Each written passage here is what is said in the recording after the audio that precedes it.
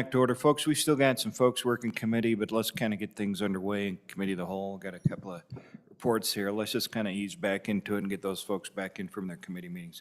Signing of enrolled acts. We're at that order of business, signing of enrolled acts. Senate, read it in. Senate Enrolled Act Number 6, being Original Senate File 39, an act relating to firemen pensions. Thank you. About to sign Senate Enrolled Act Number 6.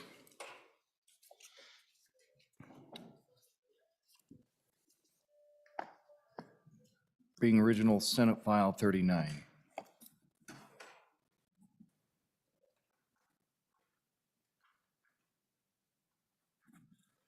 So signed. All right, what else we got here? We got reports from standing committees. March 2, 2022. Mr. President, your committee number 8, Transportation, Highways, and Military Affairs, to whom is referred House Bill 53 engrossed, Military Department Discrimination or Harassment Grievances, respectfully reports same back to the Senate with a recommendation that it do pass amended.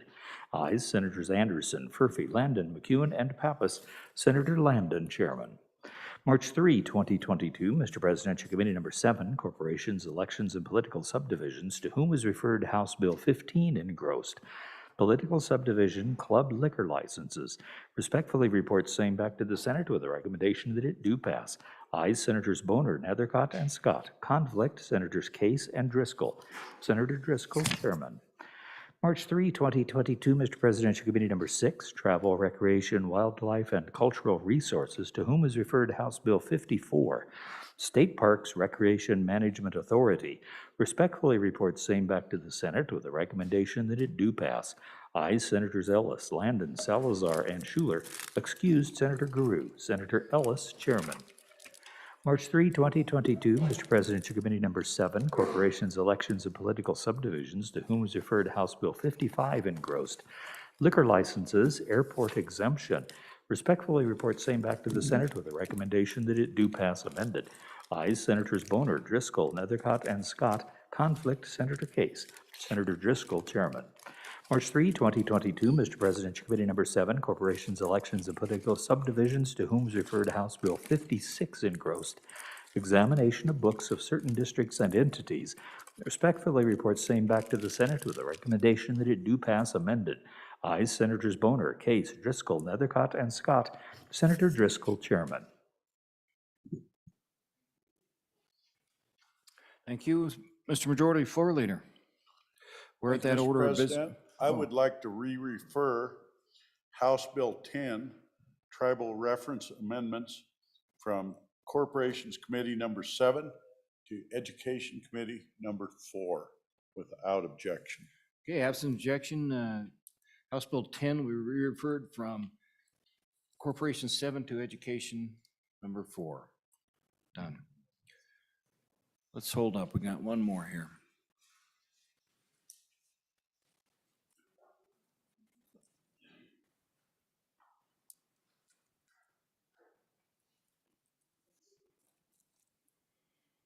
That's right. Senator Landon, you've been a patient man. Let's read that in. Got to have it read in, correct? Okay, go ahead, Senator Landon. Mr. President, House Bill 53 has an appropriation located therein, and I would ask that it be re-referred to Committee 2, Appropriations. Okay. Yeah, let me just get the title for you, Senator. Oh, House Bill 53, Military Department Discrimination or Harassment Grievances. And absent objection, the call has been made to move it from Transportation number 8 to Committee number 2, Appropriations. Does that work? Okay. Thank you. Appreciate it, Mr. President. Done. Thank you for your patience today. Okay, Mr. Majority Floor Leader. We're at that order of business. Consideration of bills on general file. Thank you, Mr. President. I move Senate resolve itself into Committee of the Whole. Heard the motion. All those in favor say aye. Those opposed, no. No. Senator Cooper, you're in charge of Committee of the Whole, sir.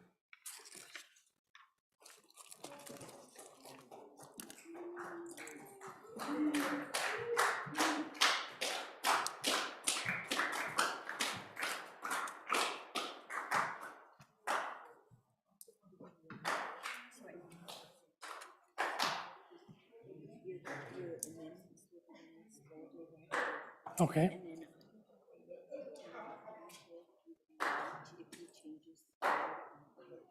Okay, sounds good. All right.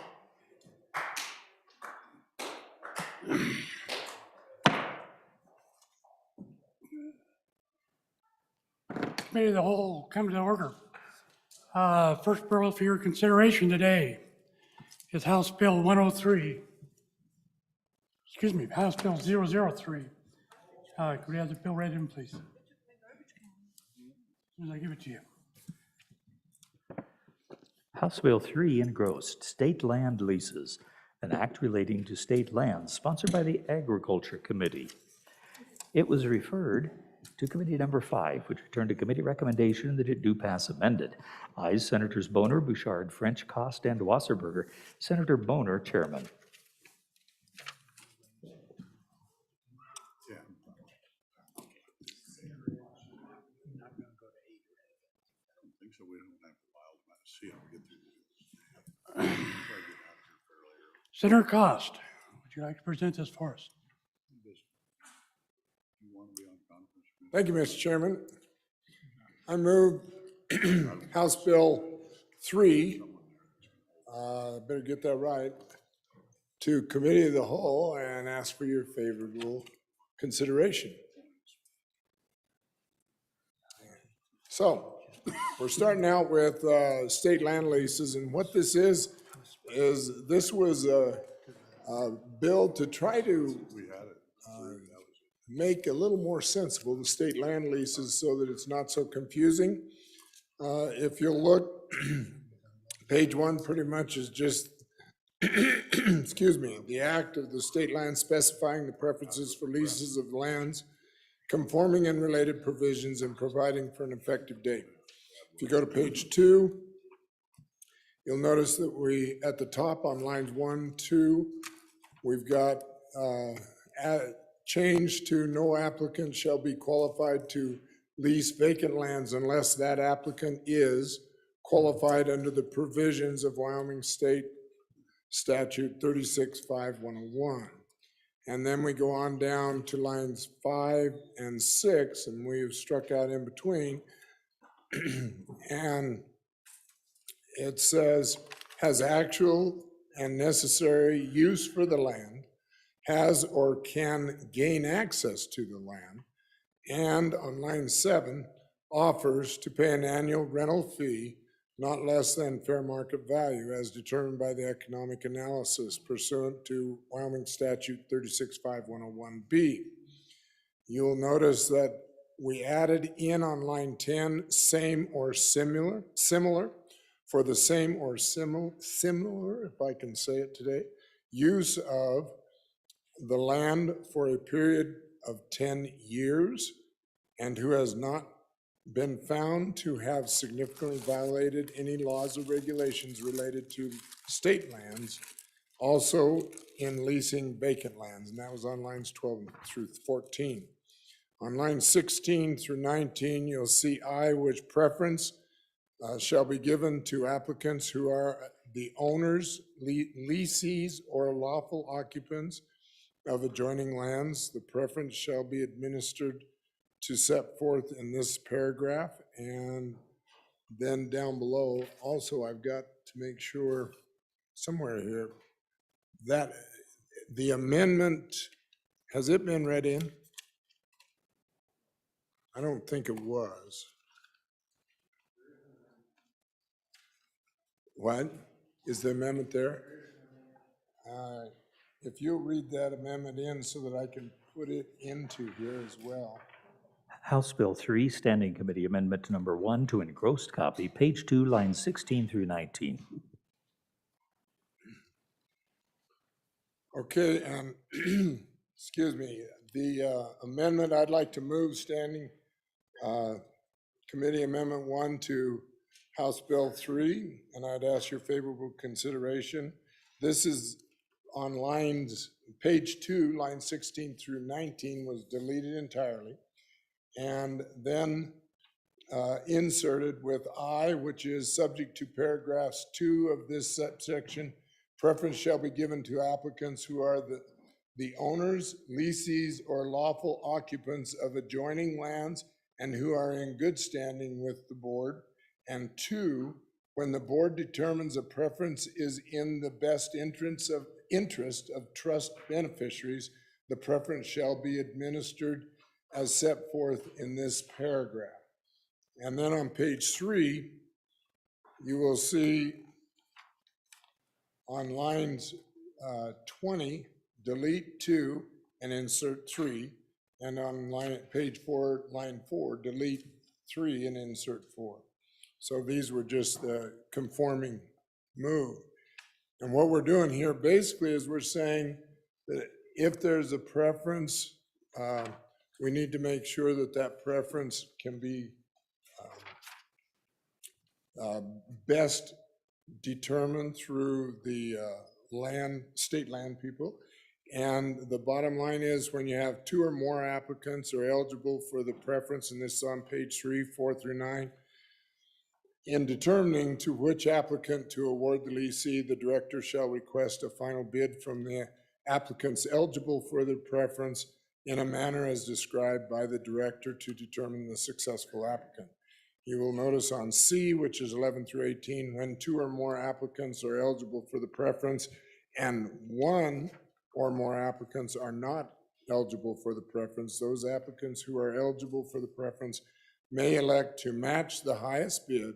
If 2 or more applicants who are eligible for the preference elect to meet the highest bid, the lease shall be awarded pursuant to subparagraph B of this paragraph. And then 320, which goes on over to the next page 4 through line 2, before accepting applications to lease vacant land, the director shall provide notice on the website of the office directly to each adjoining private land owner as described within the county assessor's office and by other means as prescribed by the rules. And then we've got some definitions of what preference is, vacant land, and then H down below says, as used in this subsection C of this section, preferred right means the right to renew the lease provided to an existing holder of a grazing or agricultural lease by the board if the existing leaseholder is in compliance with section C of this. So basically what we're doing, people, is we're just trying to set this up so that it's better understood how to lease land and providing for those that are leasees and all to have some preference instead of somebody coming in and trying to undercut them. With that, I'll answer any questions, and if I can't answer them, the good chairman is here and he'll be able to answer them. So thank you. Senator Schuler. Mr. Chairman, just one question on the amendment, and maybe I'm just not reading this right or not understanding it, but I get the impression with this amendment, we're going to give preference to those folks that, or owners of adjoining lands that are in good standing. And if we have 2 of those, one doesn't, he's not an owner of an adjoining land, but he has the highest bid, will they give the preference to the owner that's around that lease, or will they give it to the highest bid if both of them are in good standing? Thank you. Senator Scott. Mr. Chairman, my ranching operation leases a significant amount of state land. It's important to our operation, and I wish to declare a conflict of interest. And I think it's on both this amendment, probably any other amendment, and on the bill, Mr. Chairman.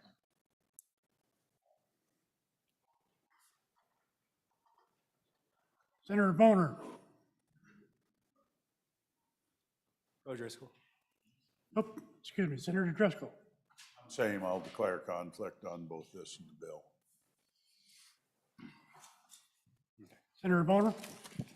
Thank you, Mr. Chairman. Boy, I think we're talking about a liquor license here, but in the, just full disclosure, I am a rancher. I do not own any surface at all, so I do not have any ownership interest. For that reason, I will not be declaring it a conflict. But on the amendment, and to be clear, this is the crux of the bill as far as I'm concerned. The bill is necessary no matter what, but the Standing Committee amendment basically gives the SLIB the decision-making authority as to whether the preference will apply or not. That's a policy decision for this body, whether as a legislature we want to give them that flexibility, and really, we talk about the Office of State Lands, give them that flexibility or not. So I don't rise either in favor or against the amendment. I think the concern is, and why our colleagues down the hall changed it and removed that flexibility, is ultimately if you leave it up to the office that's administering these leases, you will never see a preference ever. And all these statutes will be for naught. All this bill will be for nothing. And so it is a classic conundrum that we have here in this legislature. How much do we want to delegate to the executive branch? How much do we trust them and the agency that supports them to make the right decision? And how much direction do we want to give? So that's what the amendment does. If you vote yes, you're voting to give the executive branch as much decision-making authority as they so please for the Board of Land Commissioners when it comes to whether you're going to apply this preference or not.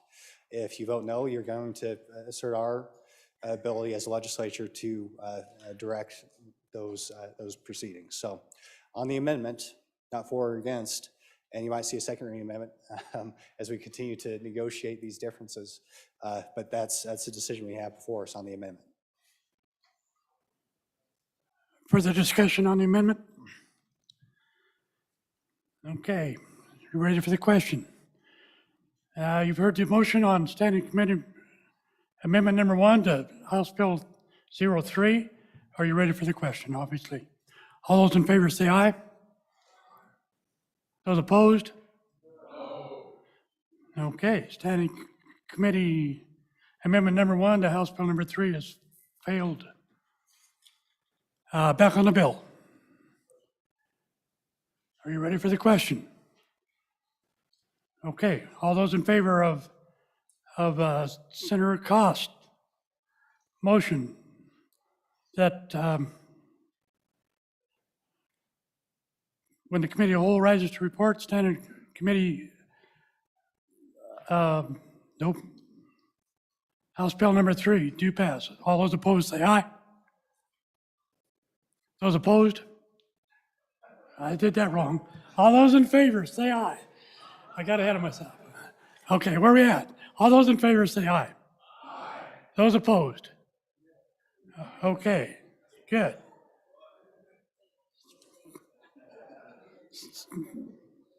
Yes, House Bill number 3 has passed Committee of the Whole. The next bill for your consideration is House Bill number 15.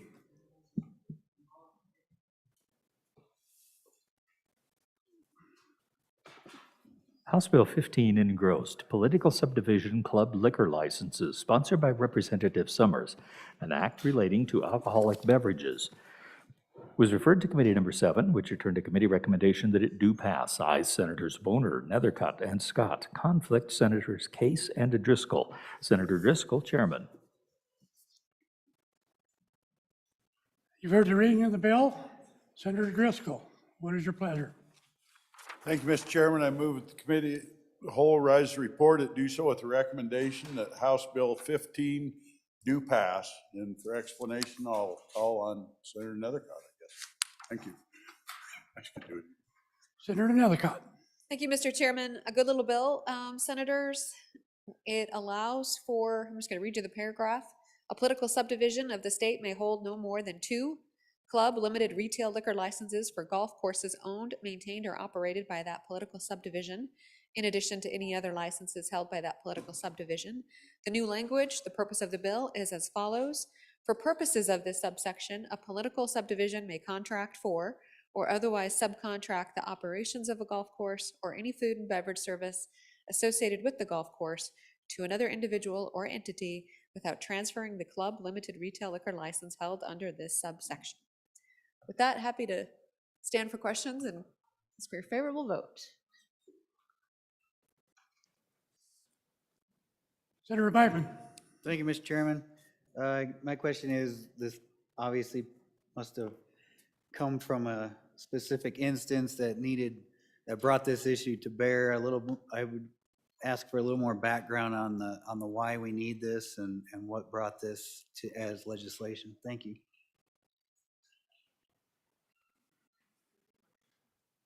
Senator Driscoll? Thank you. This actually came directly out of part of the entities, and if you look through it, it's evident they can lose their liquor licenses to a contractor if they don't have it. So this kind of lets them get their way through the back end of it. They can actually, in a normal entity, it's a real tough process with a liquor license as far as how they're handled. And this allows the city to keep it and still sublet it back into somebody that's there. And it's not harm to anybody, and it's protection for the cities. Senator Hicks? Mr. Chairman, just real quick, and for my edification, I understand there's public golf courses, but are public golf courses under our statutes considered public entities or subdivisions of the state or local governments? So just, I suppose if it's a municipal golf course, the answer would be yes, but is there other instances where there's private golf courses that would be eligible under this scenario? Senator Driscoll? No, if you go to page 1 and you look at the line 13, it's pretty clear. A political subdivision of the state may hold no more than 2 club licenses for golf courses owned, maintained, or operated by that political subdivision. That's what comes into it. So no, if I own a private golf course, I'm not going to be able to go through this. Any further discussion? Okay, question. You guys ready for the question? Okay, question being called. All those in favor of Senator Driscoll's motion that when the committee of the whole rises to report, it do so with a favorable recommendation on House Bill number 15 to pass, please say aye. Those opposed? No. I think the ayes have it. Okay. Senate File 15 has passed the committee of the whole. House Bill 15 has passed the committee of the whole. Yep, you get that. The next bill for your consideration is House Bill 18. House Bill 18, Off-Road Vehicle Registration Amendments, sponsored by the Transportation Committee. An act relating to motor vehicles. It was referred to Committee Number 8, which returned to committee recommendation that it do pass. Ayes, Senators Anderson, Furphy, Landon, McEwen, and Pappas. Senator Landon, Chairman.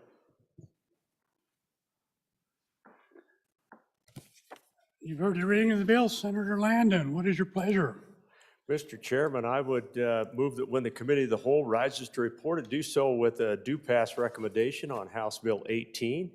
And for an explanation of this fine Transportation Committee sponsored bill, I'd ask that you call on the senator from Albany County.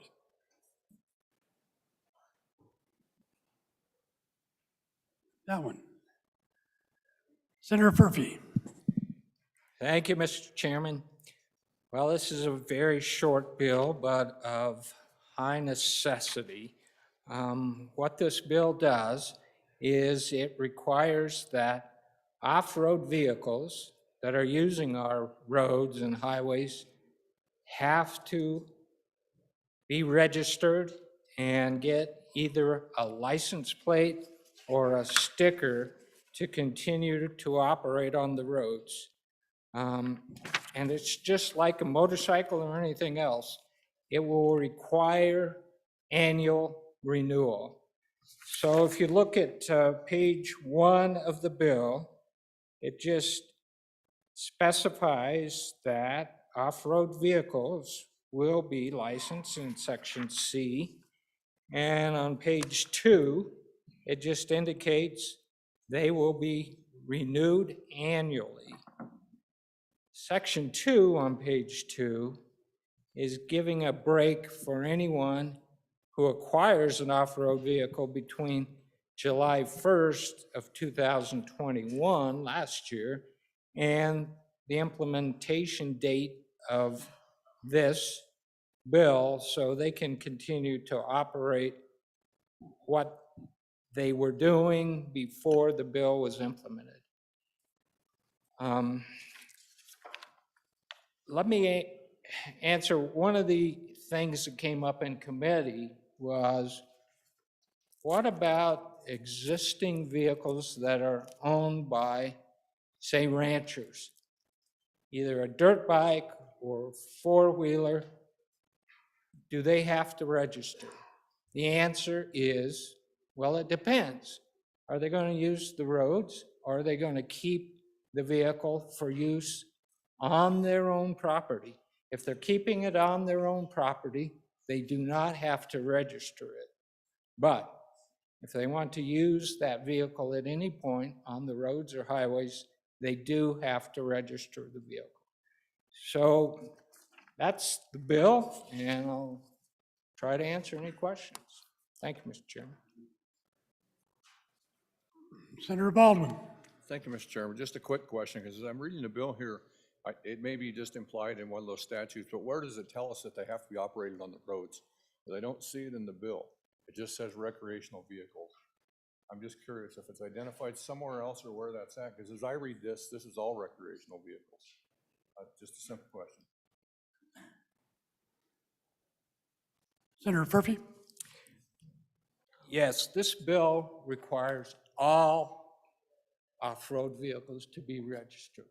I'm just saying there can be some exceptions if you're not using it on the roads, but this bill requires all off-road vehicles to register and get a plate or a sticker. Senator Landon.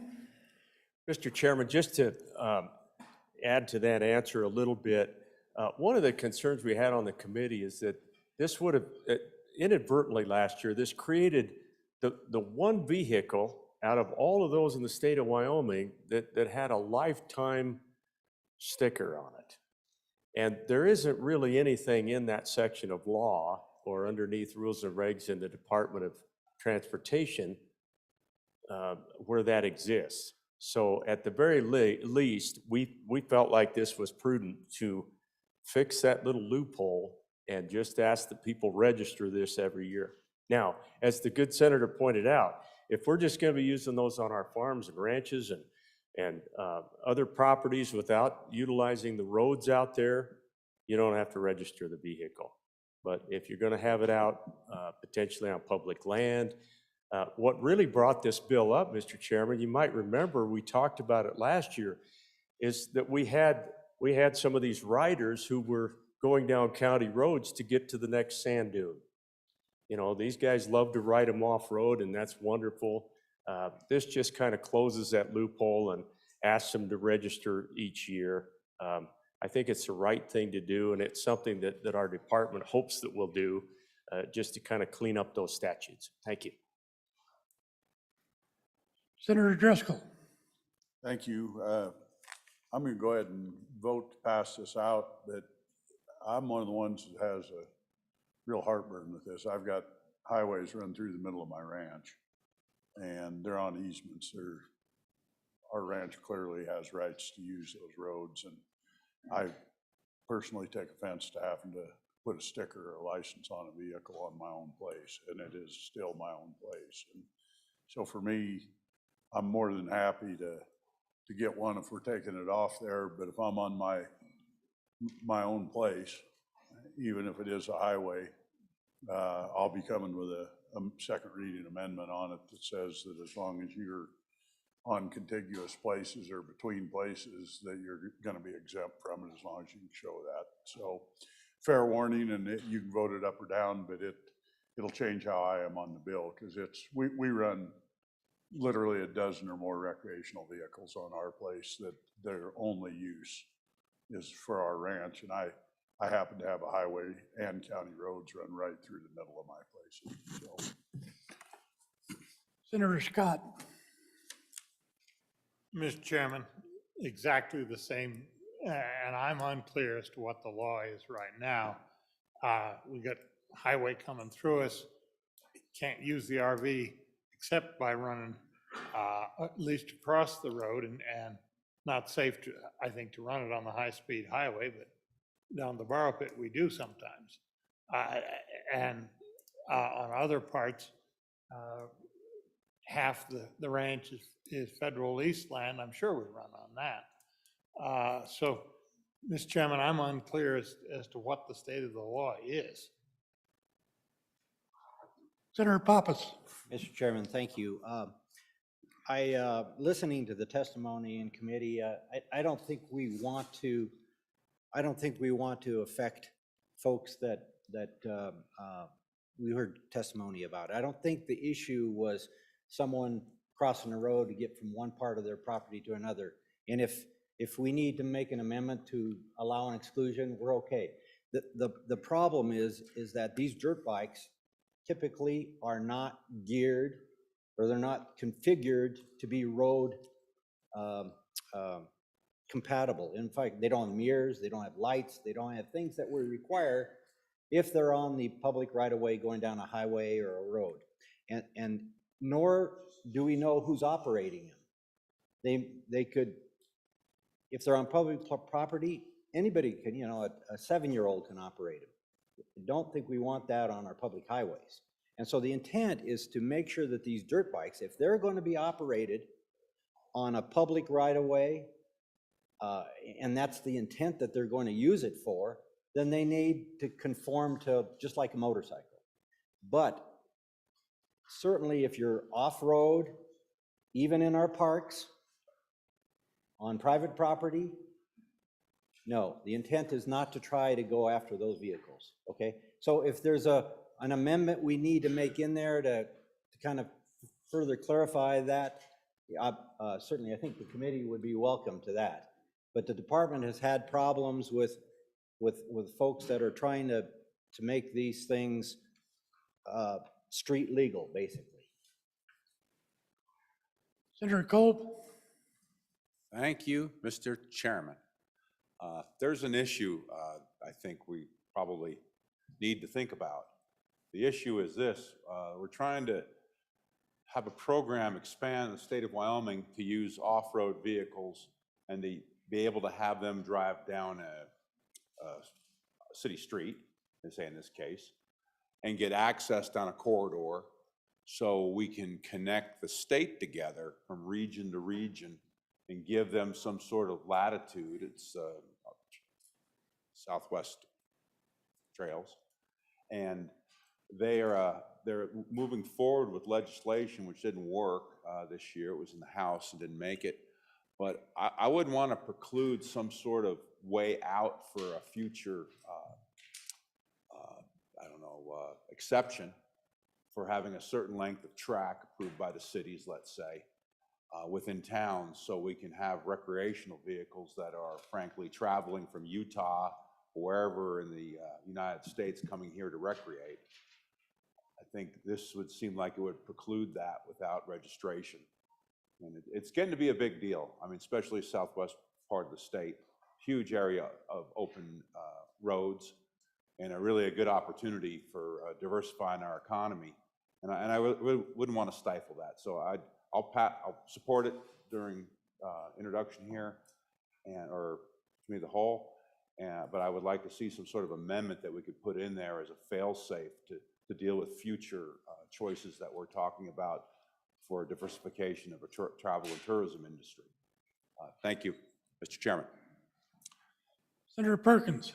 Thank you, Mr. Chairman. Just in adding that discussion, so I've drugged my off-road vehicle to the state to the southeast, the state to the north, and both those instances, I had to buy one of these registration stickers. If I was going to go on their property other than federal lands, I had to go on. I had to have one of these stickers. So, so every year that I go, it's it's a $20 hit, but I understand that, and I'm more than happy to comply with the law because I figured the ticket would be more expensive than the other way. But the other side is too, if you're going to do these things, there has to be, when we do this, there has to be a source of revenue, because folks, when you open this up, there's some things that are going to happen when we do this, and I'm in favor of doing it.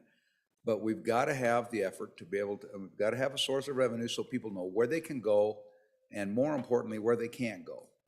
what they can do and what they can't do. And not only that, we're gonna have to have some enforcement.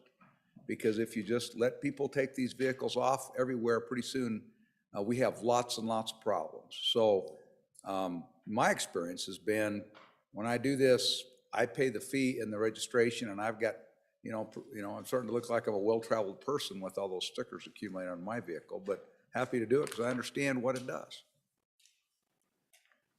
Further discussion, Senator Driscoll.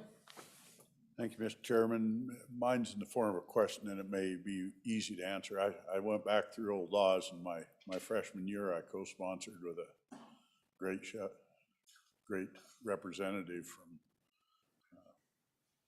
over in the Midwest country on this very thing. And so there's actually a section, and my question is, 312707 is exemptions, which is in a little different section, but in the same piece. Says off-road recreational vehicles when being operated for agricultural use, including but not limited to irrigation, fence, or moving livestock, are exempt from this article. And if that still stands, if you can check on it, as long as we're not doing that, there's no need for an amendment because there's already an exemption. So if you can track that down for me, I'd appreciate it. Senator Landon.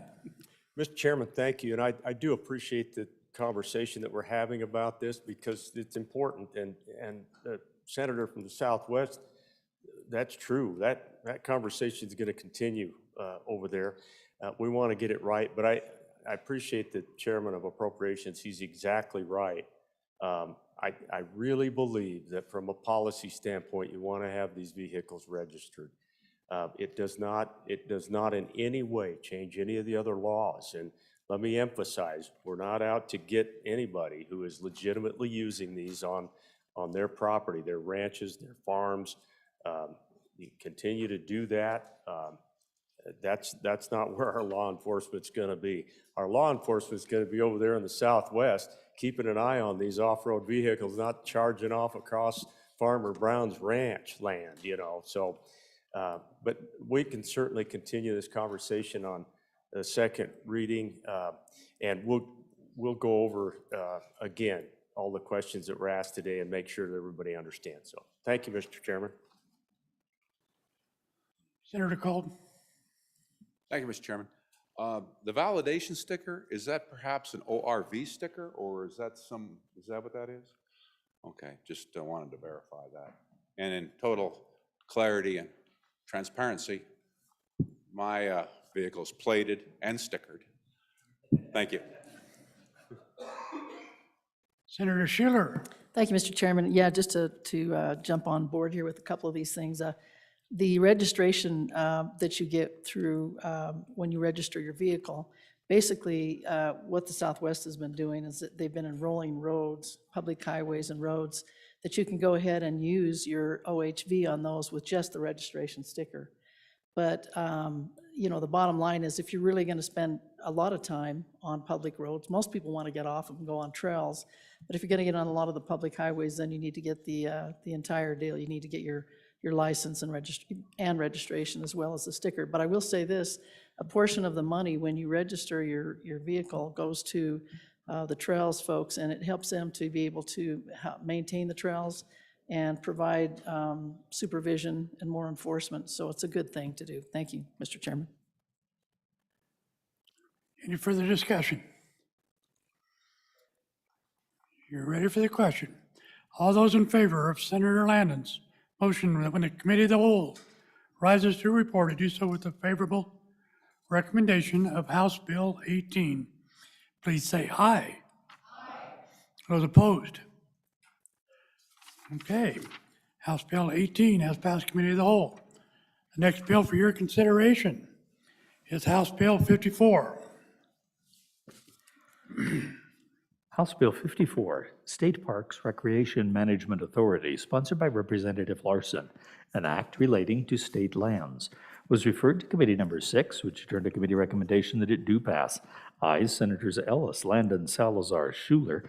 Excused, Senator Guru. Senator Ellis, Chairman. You've heard the reading of the bill. Senator Ellis, what's your pleasure? Thank you, Mr. Chairman. I move that when the Committee of the Whole rises to report, it do so with a favorable recommendation of House Bill 54 And to explain the bill, I'd ask that you call on Senator Guru. Senator Guru. Thank you, Mr. Chairman. Good afternoon, members of the 66th. I bring you House Bill 54. Yesterday, we talked a little bit about the department that is in charge of our state lands and leasing it out for a gravel pit next to a hospital. This bill anticipates maybe another way. It might be a little more to your liking.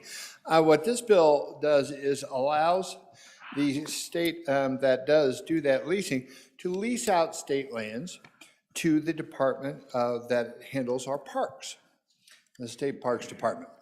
As you know, of course, that the state has many, many acres, over 1.some million acres of land that it controls, and a lot of it happens to be, so the school sections and other sections of land happen to be around our state parks or lakes or other recreational areas. So what this bill would do was allow the state to lease its land to the state parks for expanding recreational opportunities around these areas.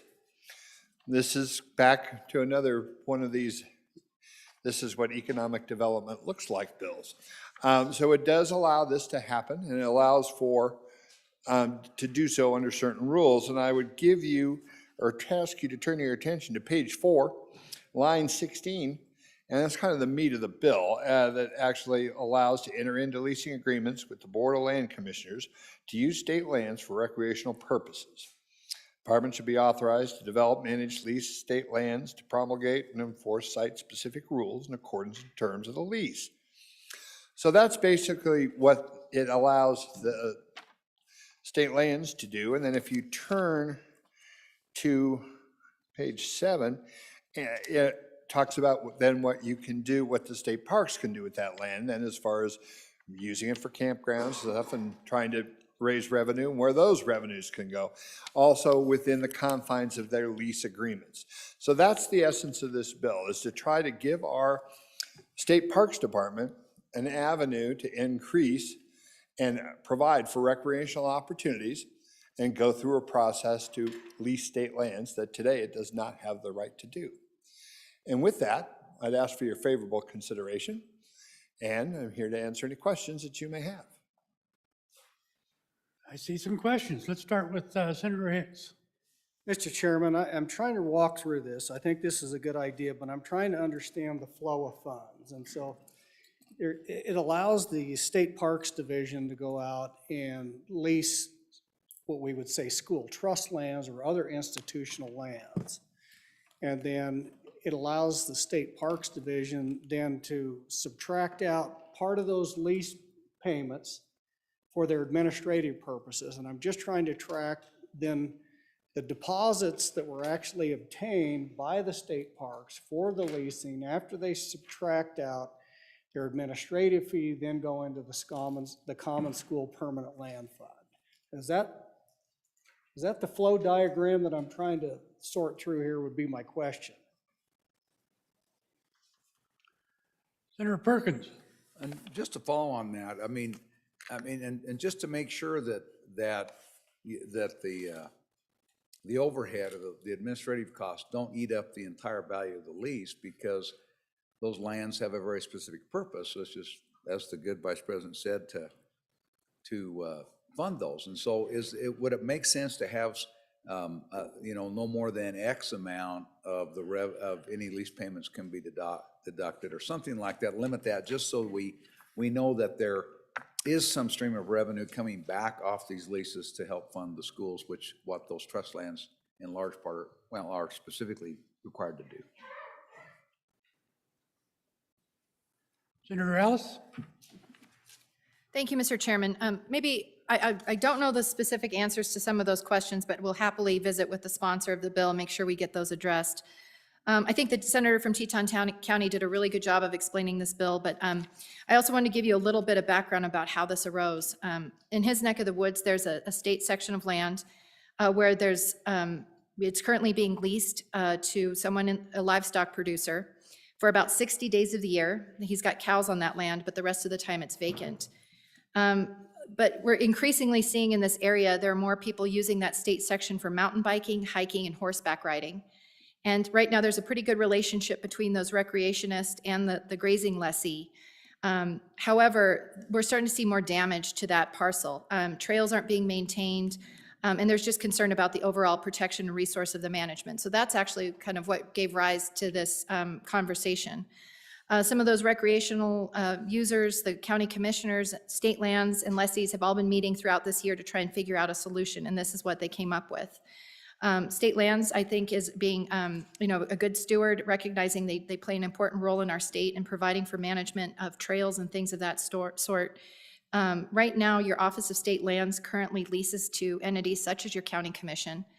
They've got lots of circumstances where they do that, but they found that state parks, because of the statutory barriers that you see here, they would be prevented from doing that. So this concept isn't new. It's something that is already occurring with other entities.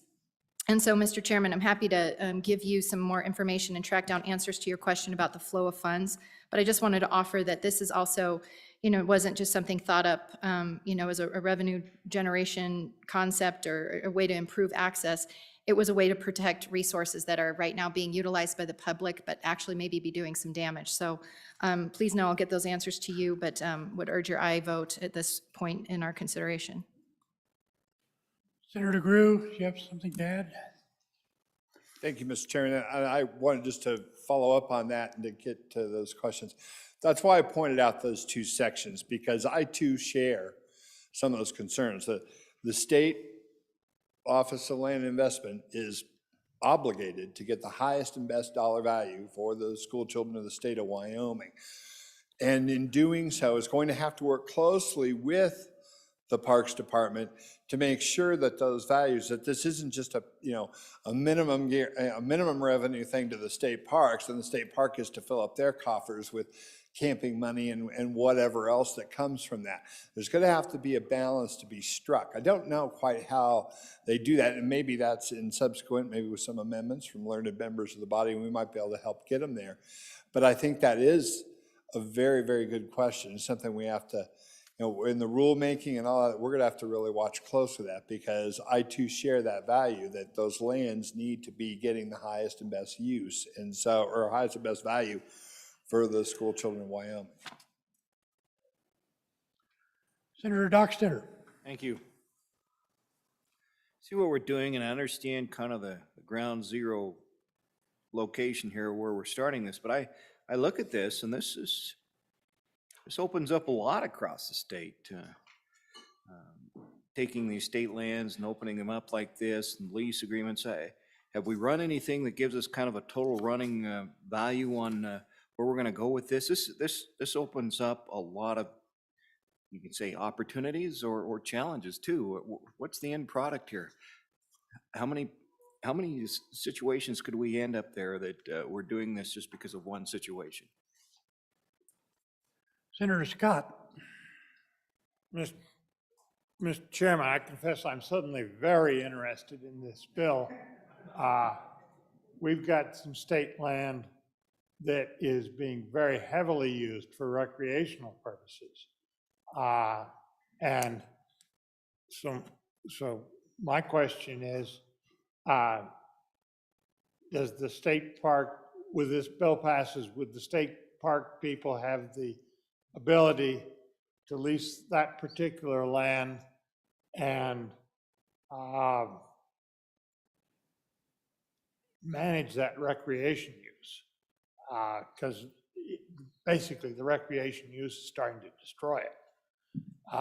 And it's being used, and it is an ideal place to go target shooting, because there's a great big bluff that they couldn't possibly miss if they missed their target.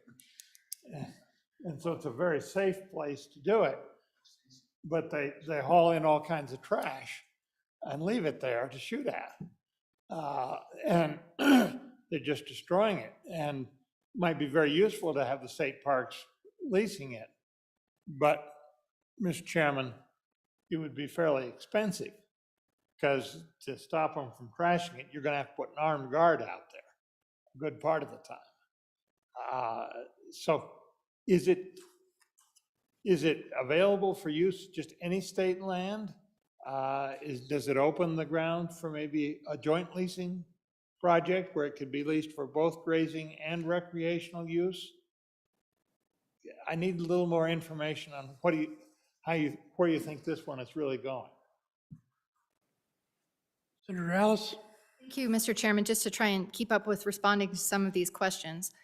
Currently, State Lands has 64,000 leases that they monitor, and they tend to be long-term. We heard testimony this morning that they range from 5-year leases to 75-year leases. The average in the middle being somewhere between 35 and 45-year.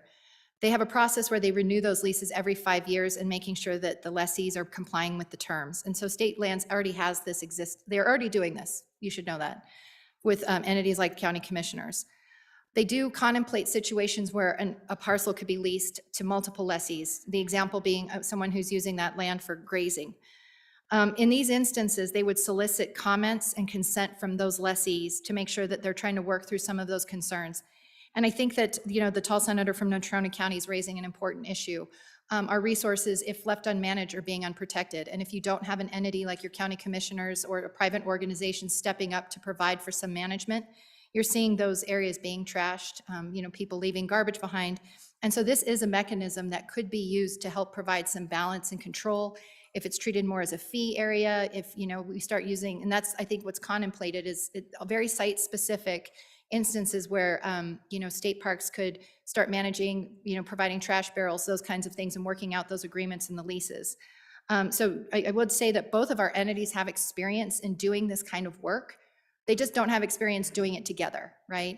State Lands already does this with other entities. State Parks works with other entities, but they haven't been allowed to do this together. So I think this is a really good solution.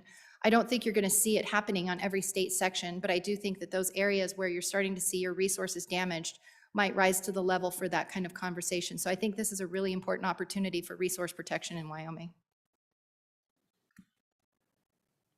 Senator Hicks? Yeah, Mr. Chairman, and I think we're getting to one of my issues that I really want to get down to. And so under our Constitution, and particularly the school trust lands, they are not necessarily for the highest and best use. They are to derive the maximum amount of revenue for the trustees, which is the school foundation program. And so here's my concern. If we have these heavily utilized recreations with all these unplanned trails, and State Parks goes in and leases those and generates more revenue, under that scenario, you could then come in and eliminate those other uses from that land because they're generating higher revenue. My concern is if State Parks is leasing those and they're using either special revenues or part of their general fund appropriation, are we then using state resources to pay into the school trust account that then precludes other monies to come in? So it becomes kind of it's one of these shell games thing here where we're just moving state money around, and actually in the big picture, all of state government, we're losing revenue. I think it's a real concern as we start looking at this. And so I need to understand, are they leasing these? And I understand leasing to special purposes where there's a concessionaire. That's a different issue. My concern is do they plan to go out there and then lease these for trails or shooting ranges and other things? Then all of a sudden, because it generates just a little bit more revenue, you could exclude those other uses on those state lands. And that's a question I think we have to answer before this bill would move forward. Let's go to Senator Case. He's been up a time or two. Thank you very much, Mr. Chairman. I guess I have some concerns about some recent history that has occurred in my district with respect to Sings Canyon State Park. And my community really doesn't feel that there's been a good process to determine the future of the use of that park, and that plans have been developed without the community input. People feel very, very strongly about this, that the development of a process where Parks decides what they want to do with an area is kind of talking secretly to their friends. Maybe not so secret, but my community felt really, really left out of the planning process for some of the changes they proposed.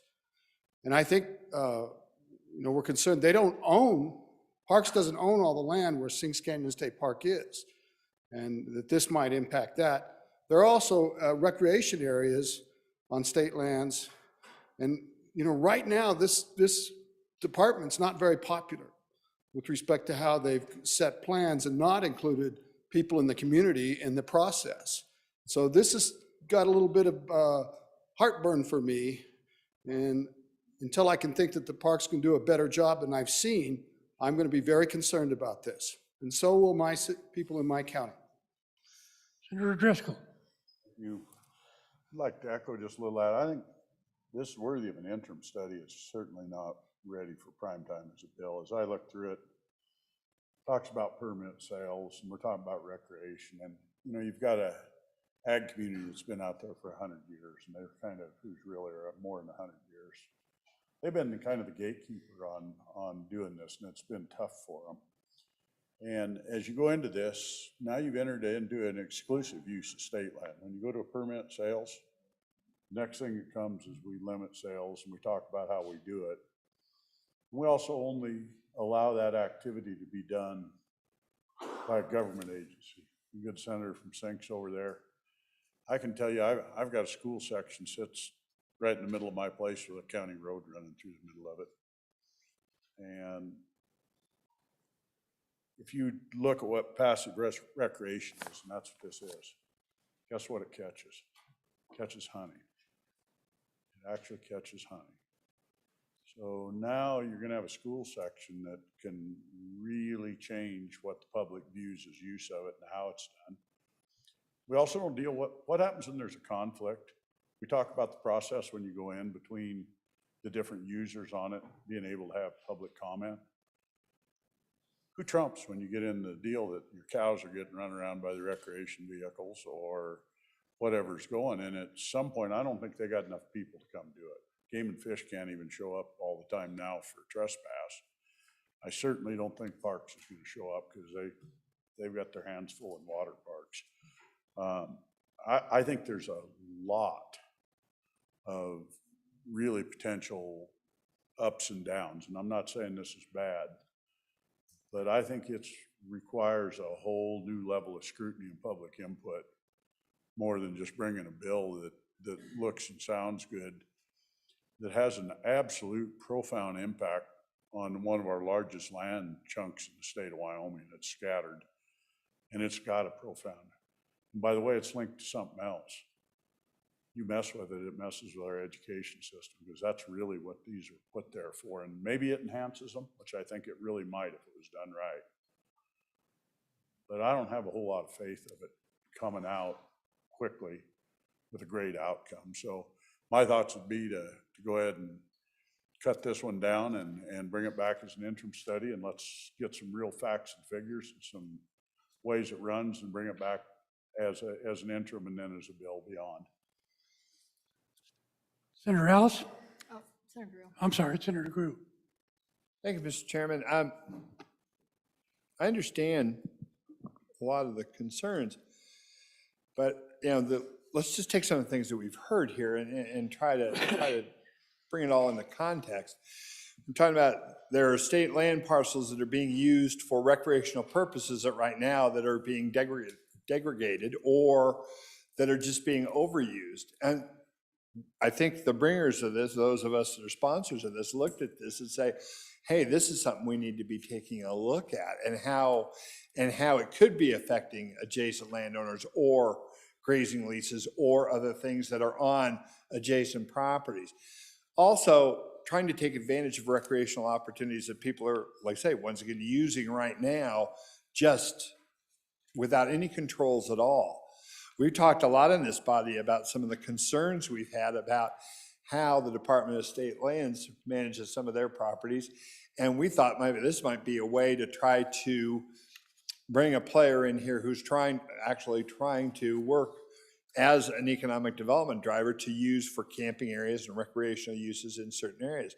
I think that in rules, and I also think that the State Office of State Lands knows what their obligations are with regards to trying to maximize the dollar amounts that they get from these rentals. So I'd like to see us try to work this bill and have it come forward.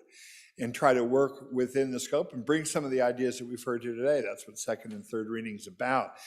But what I wouldn't do necessarily is kind of throw the baby out with the bathwater on this one, because like I say, once again, this is something that is at the key of recreational opportunities, of economic development, of what a lot of folks are trying to do. But I do hear the concerns, and I think that they're well-founded. It's not that I'm trying to minimize that, but it's up to us who are in charge of these departments to make sure that those concerns are heard, that we are making sure that actually that these ideas and these concerns are brought to the table and brought to the fore to make sure that they don't get out of hand, because right now we have no control at all. We're seeing the effects of a lack of control. So by just tossing this aside and say, well, let's talk about it interim, or let's talk about it another time, we're not working towards a solution to the problem. And I think this bill, at least in a start, is trying to address that. And I'd urge you to let it move forward. Thank you, Mr. Chairman. Senator Ellis. Thank you, Mr. Chairman. Just along those lines, as I mentioned, State Lands manages 64,000 leases. They are the ones that ultimately would be the decider of how this process goes. And from what we understood in hearing testimony this morning, they solicit comment, and their objective is to get consent of the current lessee. So they hold that weight of, the current lessee, the grazing permit holder, in very high regard, recognizing that's an important source of revenue for those state dollars. But I want to be clear, I want to let you know, 64,000 leases, I'm happy to follow up with the Office of State Lands to make sure that we understand that process, so you understand that process. But it's not that State Parks is driving this. They're trying to plug a hole and fill in the niche of where there's need to protect a resource. So please, senators, give this a shot. I will get you some answers for second reading.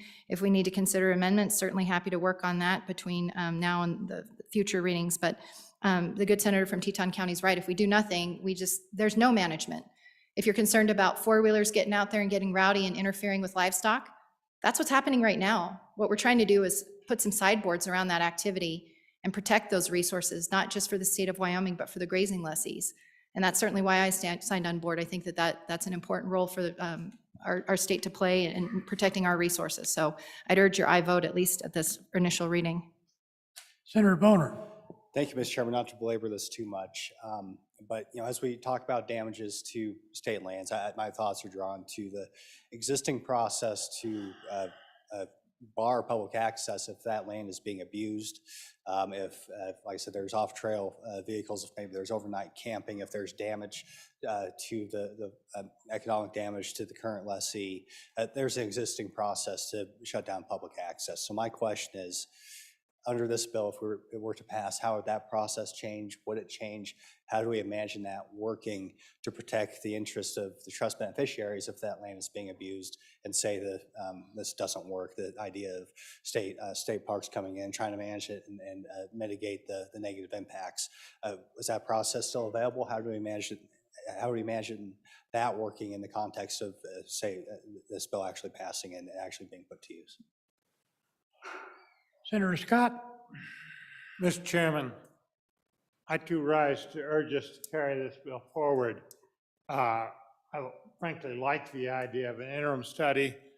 I think the problem is widespread. I think it may prove to be expensive to the state, because a lot of the degradation of state lands, if you got permission to exclude the public, you'd have to enforce that and spend way more than the land is worth, depending on where you are. You certainly would in my area, where it's being used for a shooting range. I think if we move the bill forward, one of the things we could do is transform this within the title. I think it can be transformed into a study bill on a whole series of these issues, and we could specify a large number of the things that we would want to see looked at. And I think we're also going to have to think about how much it's going to cost us, because there's enough problems out there. I think the cost could be quite significant. So I would urge us to carry it forward, but I think this bill has exposed an area where, as the population of the state is increasing, and as the tourism from outside the state is increasing, we're going to have to rethink how we've always done it, because what we've always done, Mr. Chairman, I think is going to cease to work in a good part of the areas. Senator Hicks. Chairman, I think our tall senator over in the south end of the chambers here probably hit it on the head. I just don't see this moving forward unless it's a study bill, because it's much broader than just grazing leases, folks. Just think about going and putting a major recreational trail facility in, and then all of a sudden doing an oil and gas lease out there in the middle of it. What kind of complications does that do to it? It's not just grazing. And the other issues that have to be addressed when we start focusing. We also have to remember that state lands need to be good neighbors to the people next to them. And so what kind of impacts would we do under some of these scenarios that then translate those impacts onto the others? We have other state leases out there that pay leases for the privilege to hunt on these state leases also. What impact does that have by the state parks leasing that up for a shooting range or a trail or a dirt course or off-road trail? What impact? And so it's not just grazing. I think this is a good idea because certainly it has the potential in the appropriate places when we answer the appropriate questions to generate more revenue, and we should explore that. But Mr. Chairman, this is much broader than grazing, and it has a lot more implications, and I would concur from my colleague from Natrona County. This needs to be turned into a study bill, because I do see there's some potential opportunities to increase our economic, and particularly over in Teton County, I think this is some real opportunities over there, but this covers all state lands. So at this point in time, Mr. Chairman, I'm gonna vote for the bill, but I reserve judgment for third reading. Senator Ellis. Thank you, Mr. Chairman. Taking lots of notes. There's tomorrow. But I'd also just want to address some of this. I think we can tighten up this bill, certainly. You know, the examples given of an oil and gas facility. With an oil and gas facility, unlike a grazing parcel, which was mentioned in the example that's used 60 days a year, if you have an oil and gas facility on state lands, you've got permanent employees, there are safety concerns, you shouldn't be having people out there recreating in an active oil field.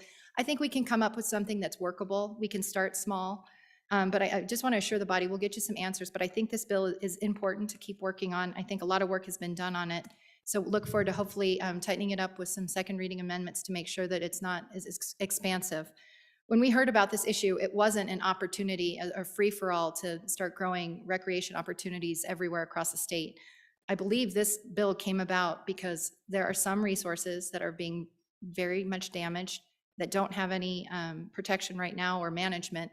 And if we can start getting our arms around it and fine-tune from there, I think that that's a prudent thing for us to be working on. So please give us some time to work and we'll keep working. Thank you, Mr. Chairman. Senator Grew. And thanks truly for a good discussion. It really is. And I just wanted to talk on a couple of the points that have been brought up, especially talking about, yes, opening this up to being, too wide. Actually, one of the reasons why I signed on was a lot of discussions that I've had with friends in this chamber about wanting to make sure that we direct outdoor recreational opportunities to where they need to go. And more importantly, where they don't want to be happening. We're in areas where grazing, hunting, other things are the most important, the highest and best use.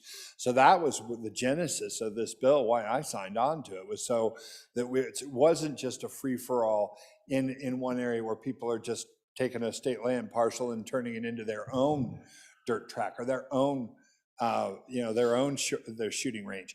And so that was the attempt here, was to try to direct it more, to facilitate it more, and to try to take advantage of operational and recreational opportunities and to try to keep them away from some of those others. So that's where the genesis of this bill comes, and I look forward to having this discussion. Thank you, Mr. Chairman.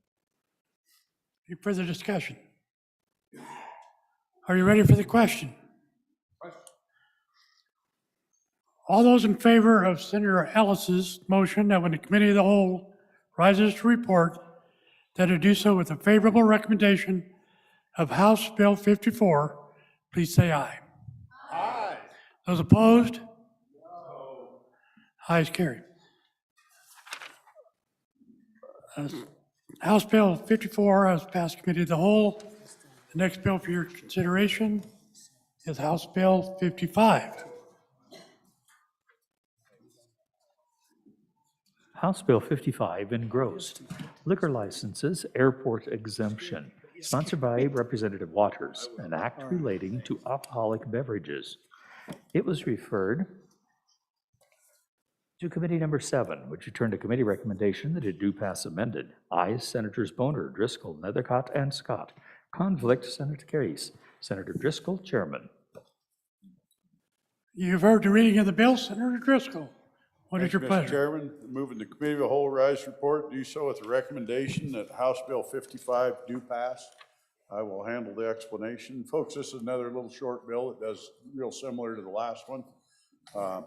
I believe Wyoming has, this only deals with retail airport or commercial service airports and their liquor licenses. And right now, the liquor license these folks hold come out of the county numbers or the city numbers, depending on where they lay in.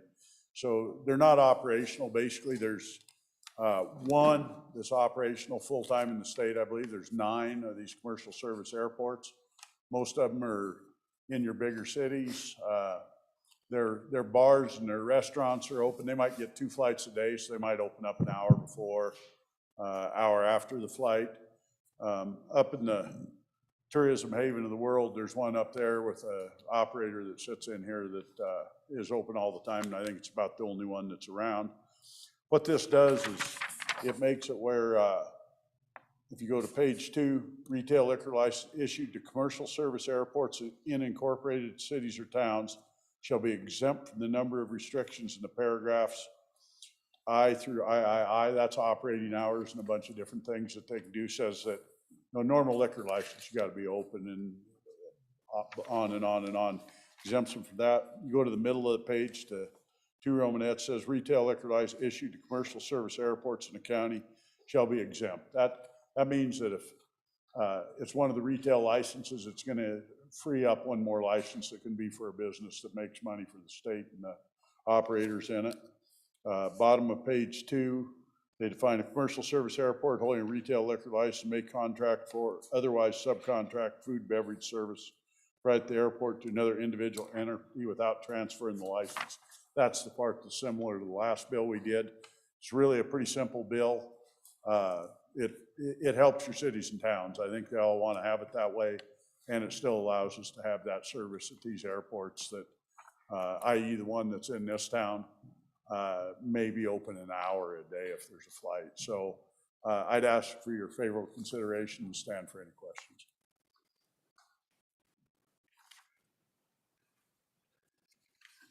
Am I seeing an amendment on this bill? There is an amendment in there. There he is. Senator Wasserberg. Thank you, Mr. Chairman. I would move Standing Committee Amendment Number 1 to House Bill 55, and I will explain it at page 2, lines 2, insert 2i, not more than 1 additional license for each additional 500 population or major fraction thereof in incorporated cities or towns up to a population of 9,500, and then at 3i, not more than 1 additional license for each additional full 3,000 population over 9,500. And essentially what that does is put a population limit to the bill, and I believe that explains the amendment. Discussion on the amendment?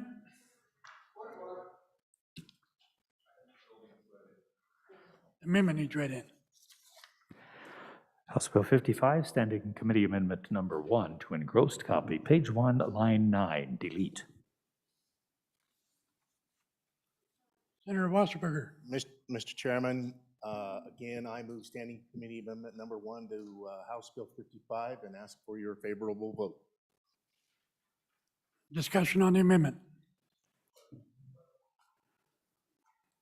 All those in favor of Senator Wasserberger's motion to adopt Standing Committee Number 1 Amendment number 1 to House Bill 55, please say aye.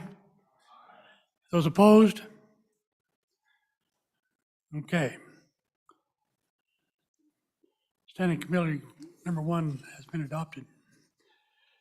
Back on the bill. Any discussion on the bill? Senator Kolb. Thank you, Mr. Chairman. Just a general question. We had a bill similar to Senate File 12. It had some similarities. And I noticed that in the language, they struck out the language that was in the other bill that required to be located in a commercial airport. And I wondered why you didn't want to, maybe you did consider that. Would like to hear the reasons why it's not there to the bringers of the bill. Thank you, Mr. Chairman. Senator Driscoll. Thank you. The committee did take up that, talked about the two bills. The comment was they are very similar. This bill's a little bit superior in the way it was. I think the authors have talked to each other. And as far as the commercial airports, it is in this bill. It talks about, trying to think where it's at here. I have to find it for you. On line 4, retail liquor license issued to commercial service airports. That limits it to those 9 in Wyoming. That's all they can be. So if I got one on the ranch, I can't get one of these licenses. It's got to be a commercial service airport. Senator Kolb. Just to follow up, it says located within the commercial airport. That was the other bill. And I just wondered why, if there was a reason why it wasn't put located within the commercial airport. Thank you, Mr. Chairman. Senator Nethercott. Thank you, Mr. Chairman. I believe the good senator from Natrona County, Senator Anderson, is here. There is concern between House Bill 55 and Senate File 12. Perhaps he can enlighten us about the two.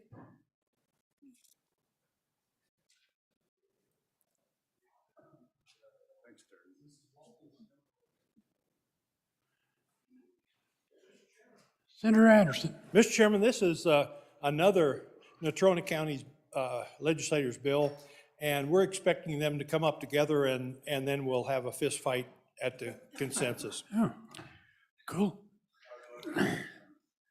Any further discussion on the bill? Senator Grew. Thank you, Mr. Chairman. I'm going to be declaring a conflict on this, but just to enlighten the good senator from Laramie, that this is kind of two ways to skin this little cat as far as trying to provide for our commercial airports a way to get a license. Do you open up a resort license, which was the genesis of the bill that we looked at last week, or provide another additional retail liquor license in each community that doesn't count towards their total to solve the problem? Which way is better? Each has some advantages and some disadvantages. We don't know how the other body's going to handle the good piece of legislation that we send to them. They don't know how we're going to handle the good piece of legislation they send us. So we're just going to have to kind of play that out. But I think this is a good way to go about it as well. And I think that they, like I say, they both have pluses and minuses. And while as a liquor license holder myself, I will not be voting on it, I think that you're in good hands so far. So on and for the bill. Thank you. Further discussion? Senator Kolb. Thank you, Mr. Chairman. So I guess it looks to me, as reading the two bills, that the difference really is this is frankly a looser bill with more latitude. I guess the question I have is, I would envision then a separate building with a bar in it, for serving alcohol, as opposed to it being inside the airport itself. And I guess I'd like to hear the pros and cons about why we should have a separate building, or maybe it's a better idea than having it located within the commercial airport. Thank you, Mr. Chairman.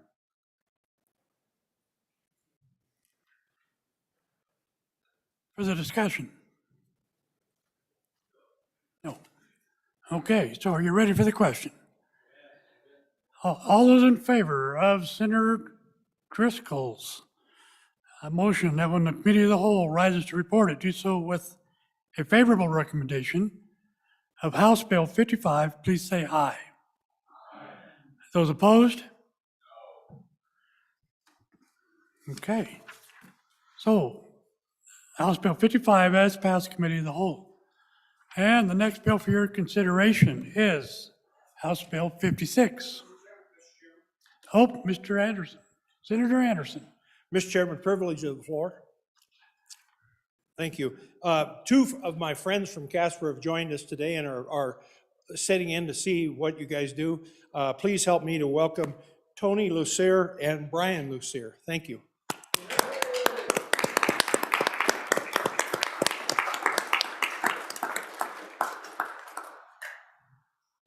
Welcome to the Senate.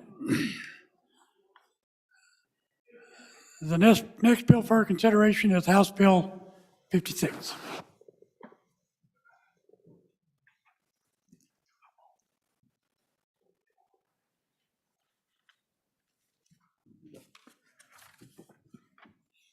House Bill 56 engrossed, examination of books of certain districts and entities, sponsored by the Management Audit Committee.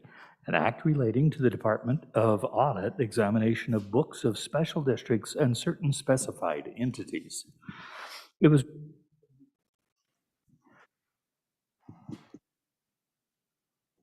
beg your pardon, having a little difficulty here. I was referred to committee number 7, which was referred to committee recommendation that it do pass amended. Ayes, Senators Boner, Case, Driscoll, Nethercott, and Scott. Senator Driscoll, Chairman. You've heard of the reading of the bill. Senator Driscoll, what is your pleasure? Thank you, Mr. Chairman. I move the Committee of the Whole rise to report it do so with a recommendation that House Bill 56 do pass. It has an amendment that I'd like read in at this point in time.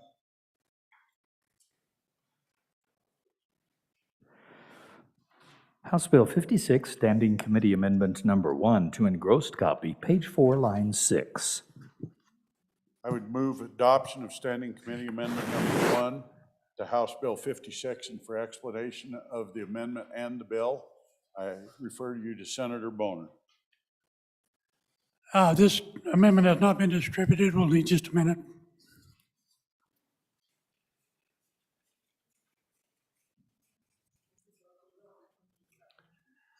If you'd like to start on the bill, we can move forward with that, and then so Senator Boner. Thank you, Mr. Chairman. We'll see how good my tap dancing skills are here as I distribute the amendment. Ladies and gentlemen, this is a fairly straightforward bill. It's a product of your Management Audit Committee, and the crux of the matter is that your Department of Audit came to us with the issue. By way of background, many of your small towns, your special districts, your recreation boards, for example, are expected to file their budgets publicly. And so this deals with what happens when that doesn't happen. There's been some question as to the Department of Audit's authority to ensure that these audits or these submittals are actually occurring. And so that's what the bill does. It goes through and clarifies that, yes, in fact, if you are a town with less than 4,000 people, if you are a special district, if you are one of the special districts in 16-12-202, you see the longer list of anything from a airport, joint powers board, cemetery district, conservation district on down, you do in fact have to file this budget publicly. So that's all the bill does. It goes through and makes that clarifying, it clarifies that the Department of Audit does in fact have that authority. I think that it's important to clarify and ensure that we do have transparency in public funds in the state. And frankly, that's something that these special districts and small towns are supposed to be accomplishing anyways. So it looks like hopefully we have the amendment distributed now. So we'll discuss that. It looks like, so this is. Senator Boner, yes. That amendment's not been read in. Oh, it hasn't, okay. It has not been moved, excuse me. It has not been moved? It has not been moved. Okay, I'll move Standing Committee Number 1 to House Bill 56 and discuss that now, fellow senators. The majority of these amendments are at the suggestion of staff to make sure that the words read a little bit better. It's a technical correction. The exception being on line 16, we talk about the process, describe that process being ultimately if local board does not comply with these requirements, county commissioners have the ability to dissolve the board. There's been some question in particular whether that applies to a recreation board. Line 16 ensures that it does in fact apply, same as any other small district. So that's the amendment, largely not substantive except for that last line, which I was corrected by staff after the meeting this morning. That is clarifies that they do recreation boards do follow under that entire process. So I'll stand for questions on the standing committee amendment. Discussion on the amendment? All those in favor of Senator Boner's motion to adopt standing committee number 1. Standing committee number 1. Amendment to House Bill 56, please say aye. Aye. Those opposed? Standing committee number 1 has been adopted. Back on the bill, please. Stand for questions. If not, I call for the question. Further discussion on the bill? Are you ready for the question? All those in favor of Senator Driscoll's motion that when committee of the whole rises to report, it do so with a favorable recommendation on House Bill 56, please say aye. Aye. Those opposed? House Bill 56 is passed to committee of the whole. The next bill for our consideration is House Bill 60. House Bill 60 engrossed, fiscal training and enforcement of financial reporting laws, sponsored by the Management Audit Committee, an act relating to minimum fiscal procedures training for public officers. It was referred to Committee Number 7, which returned a committee recommendation that it do pass. Ayes, Senators Boner, Case, Driscoll, Nethercott, and Scott. Senator Driscoll, Chairman. You heard the reading of the bill. Senator Nethercott, what is your pleasure? Thank you, Mr. Chairman. I move that when the committee of the whole rises to report, it do so with the due pass recommendation of House Bill 60, fiscal training and enforcement of financial reporting laws. To explain this bill, I'll call on Senator Boner. Senator Boner. Thank you, Mr. Chairman. Ladies and gentlemen, this is another product of the interim work of the Management Audit Committee. It's another attempt to make sure that your local entities are complying with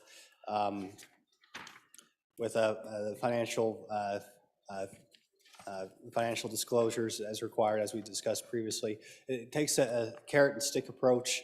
First talking about the stick, basically the policy decision here is if there's a local entity that is not in compliance with those financial reporting requirements, that we would withhold any funds or grants from the state government until they are in compliance.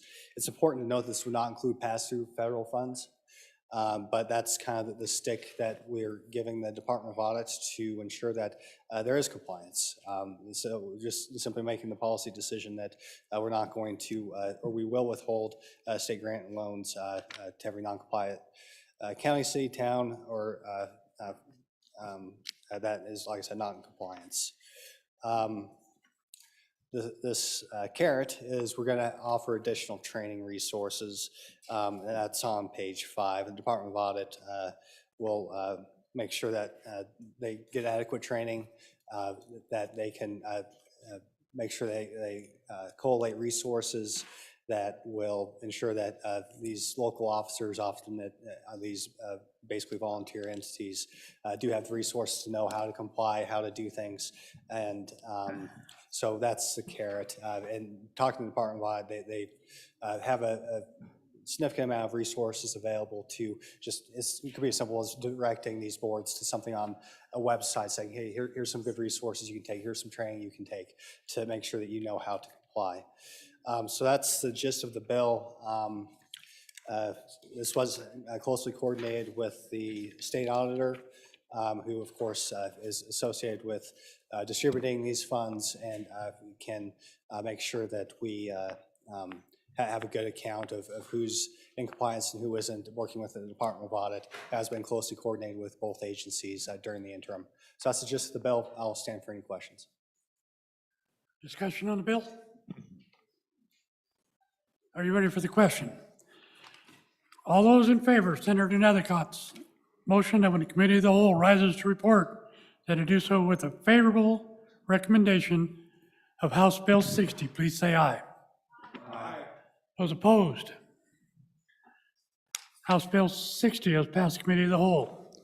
The next bill for our consideration is House Bill 62.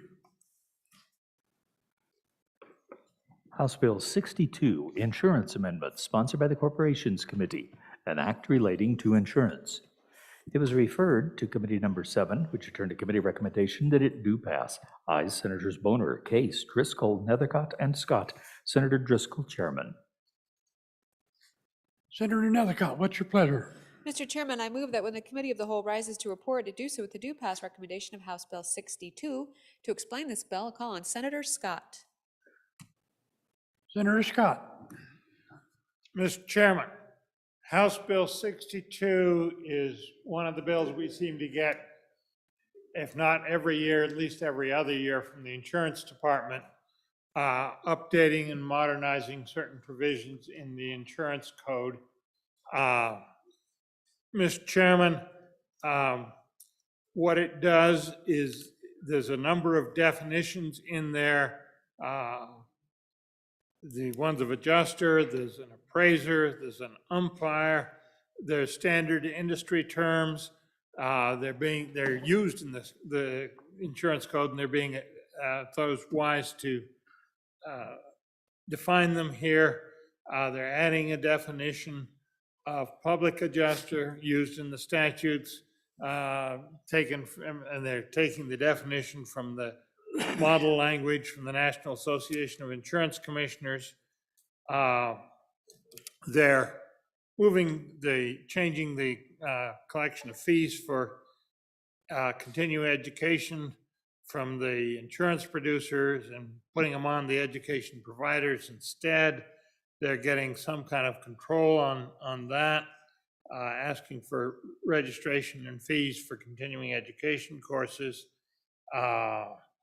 They're updating language requiring persons licensed under Title 16, Chapter 9,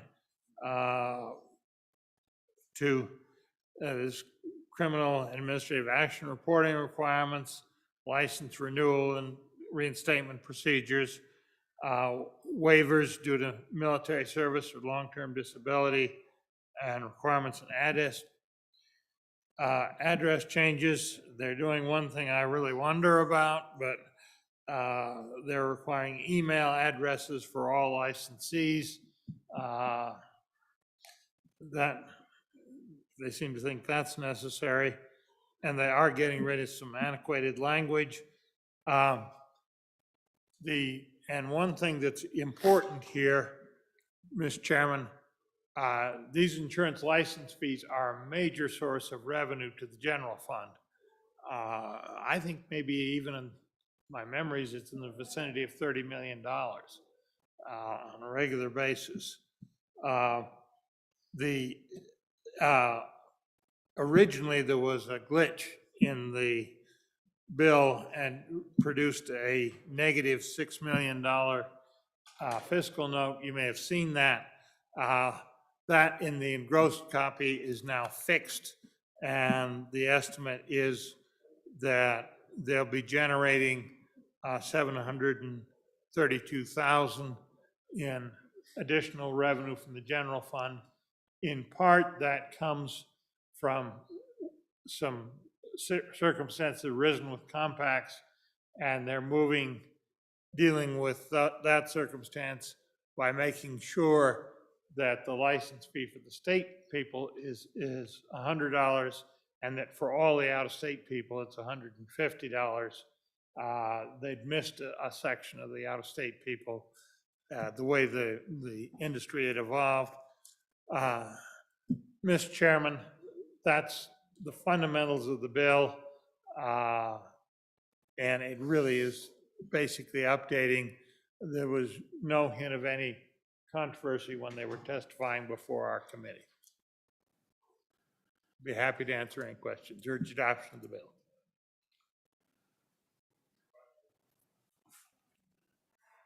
Question. All those in favor of Senator Nethercott's motion, when the committee of the whole rises to report, it do so with a favorable recommendation of House Bill 62. Please say aye. Aye. Those opposed? House Bill 62 has passed committee of the whole. The next bill for our consideration is House Bill 63. Mr. Landon, Senator Landon. Mr. Chairman, thank you very much. May I have privilege of the floor? Absolutely. Fellow senators, up in the north balcony, we have some visitors this afternoon, near and dear to my heart. These are nurses from Casper College, one of the finest nursing programs in the country for the past many, many years. And these are our future nurses sitting right up here. We're going to need them. So would you please help me welcome them to the Senate? Here, here.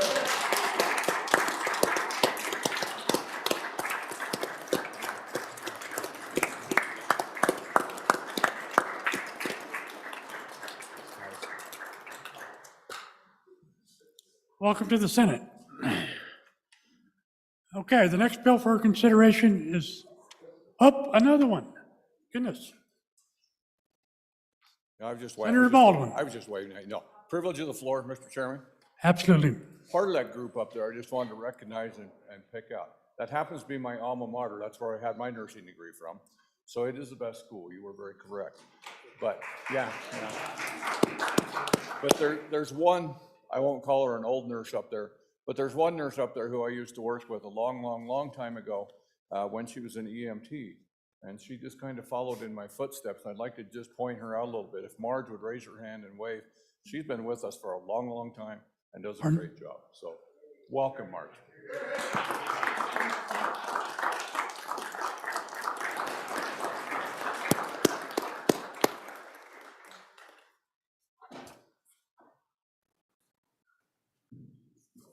Okay, moving forward, the next bill for our consideration is House Bill 63. House Bill 63 engrossed. County and District Attorney's Salary Amendment, sponsored by Representative Greer, an act relating to the administration of government, was referred to Committee Number 2, which turned to committee recommendation that it do pass. Ayes, Senators Guru, Hicks, Kinski, Perkins, and Steinmetz. Senator Perkins, Chairman.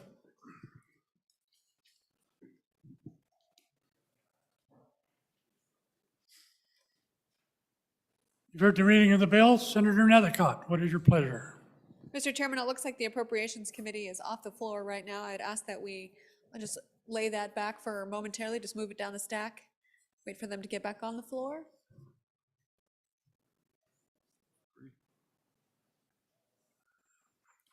Okay. I don't have any other choice, do I?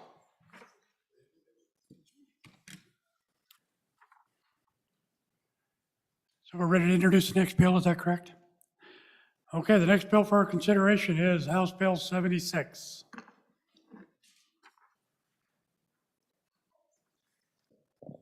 Mr. Chairman, I would move that when the Committee of the Whole rises to report it, do so with the due pass recommendation of House Bill 76.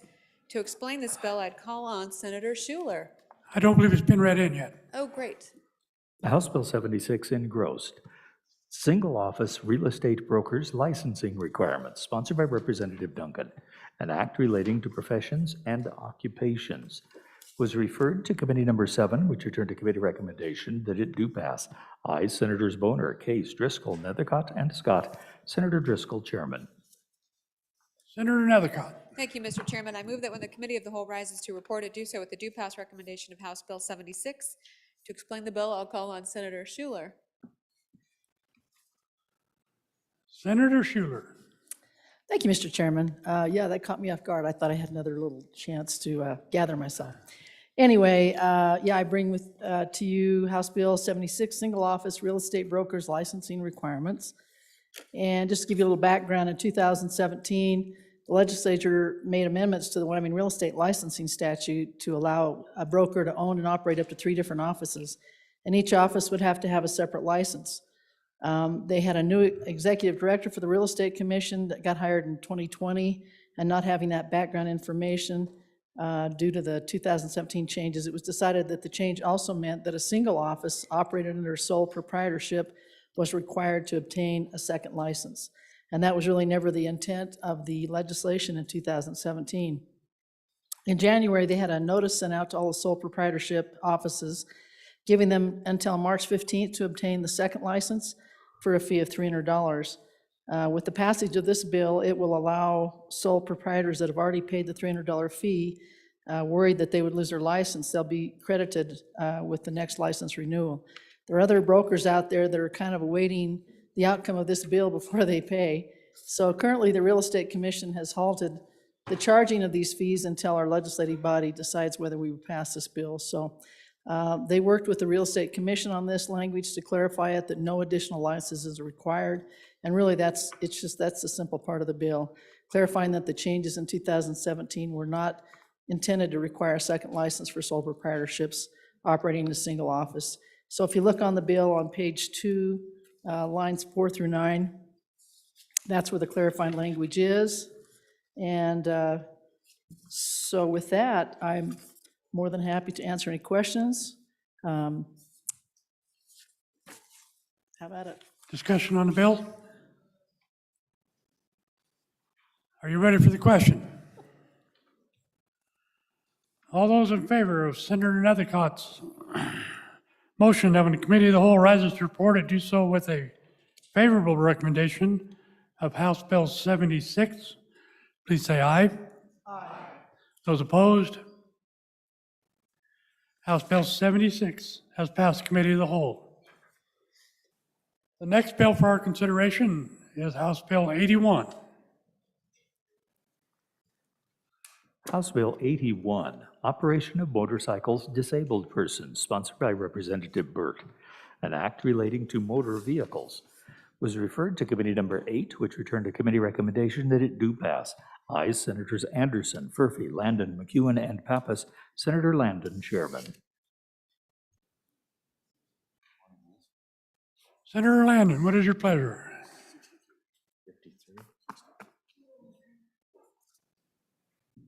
What's the number again?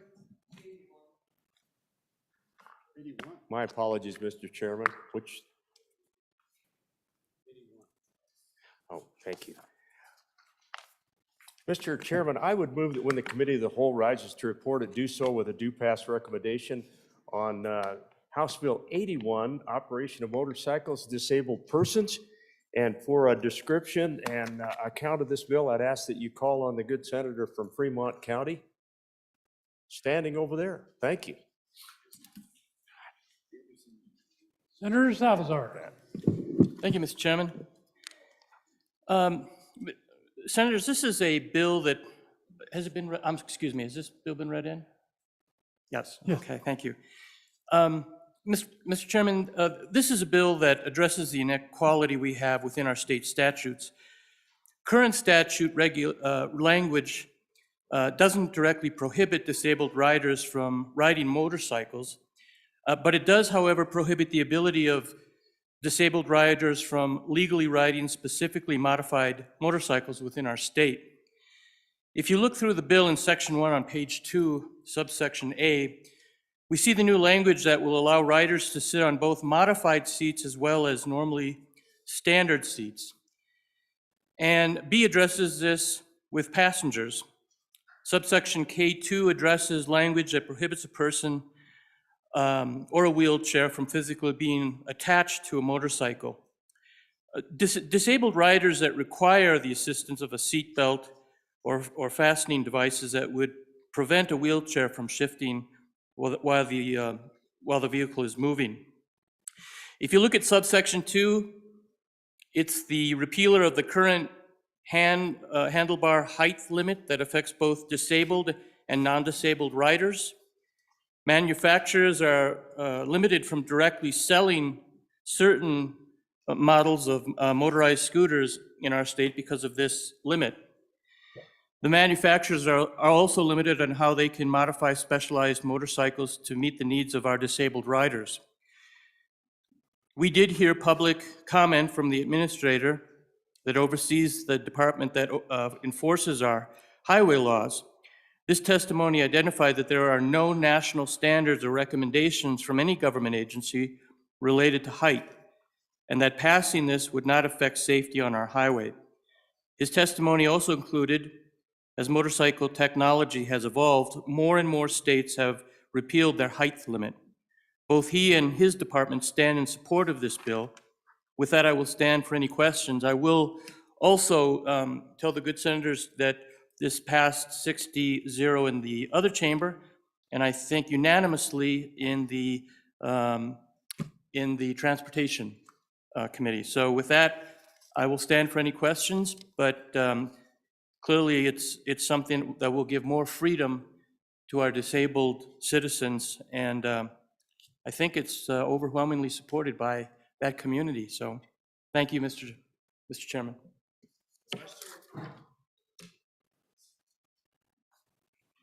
Senator Landon? Mr. Chairman, thank you, and I apologize for getting us a slow start there, but just to add to what the good senator from Fremont County told you about this bill, I was fascinated to learn that every one of the contiguous states around us have already gotten rid of that handlebar restriction. I kind of went into the meeting that we had, the committee meeting that we had to take up this bill with the notion that, well, those long handlebars are dangerous. And what we learned was they really aren't. And they're kind of this is kind of an archaic law. So what we're doing here is bringing it up to modern day. And anyway, that's probably good enough. It's a good bill, and I hope you'll support it. Thank you, Mr. Chairman. For the discussion.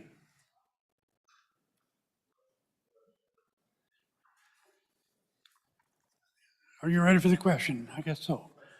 All those in favor of Senator Landon's motion that when the committee of the whole rises to report, it do so with a favorable recommendation of House Bill 81, please say aye. Aye. Those opposed? House Bill 81 has passed the committee of the whole. Senator Wasserberger. Thank you, Mr. Chairman. Can I have privilege of the floor? Absolutely. Well, thank you, Mr. Chairman. It's not often, but we get somebody down from Campbell County. But I would like to introduce to you two of my favorite nurses. I have Sue Howard here, and I think Alicia Lepard, and she's actually a physician's assistant. So, nurse practitioner. By God, Senator Baldwin, don't screw that up again. Okay, welcome to the Senate.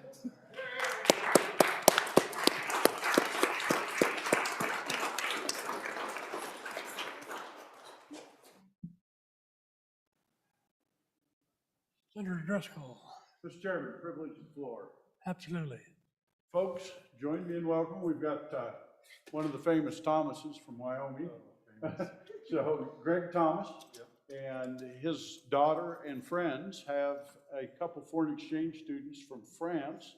That is Anna and Charlotte. And they're going to school at Central for a time frame. And then Greg's kids and her daughter, are going to go to France and go to school there. So please give a Wyoming welcome to some really fun people from France and a good friend of Wyoming.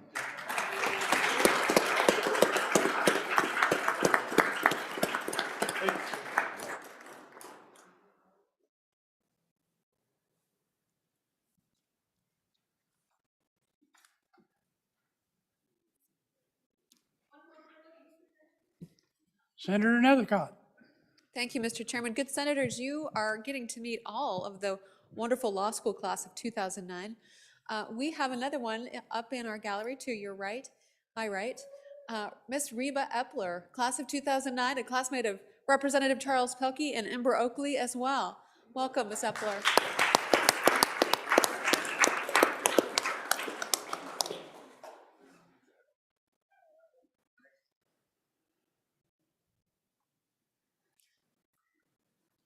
Okay, I believe we're ready to move forward. The next bill for our consideration is House Bill 82.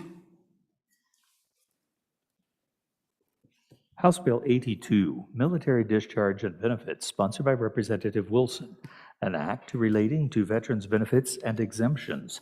It was referred to committee number 8, which returned a committee recommendation that it do pass. Ayes, Senators Anderson, Furphy, Landon, McEwen, and Pappas. Senator Landon, Chairman. Senator Landon, what is your pleasure?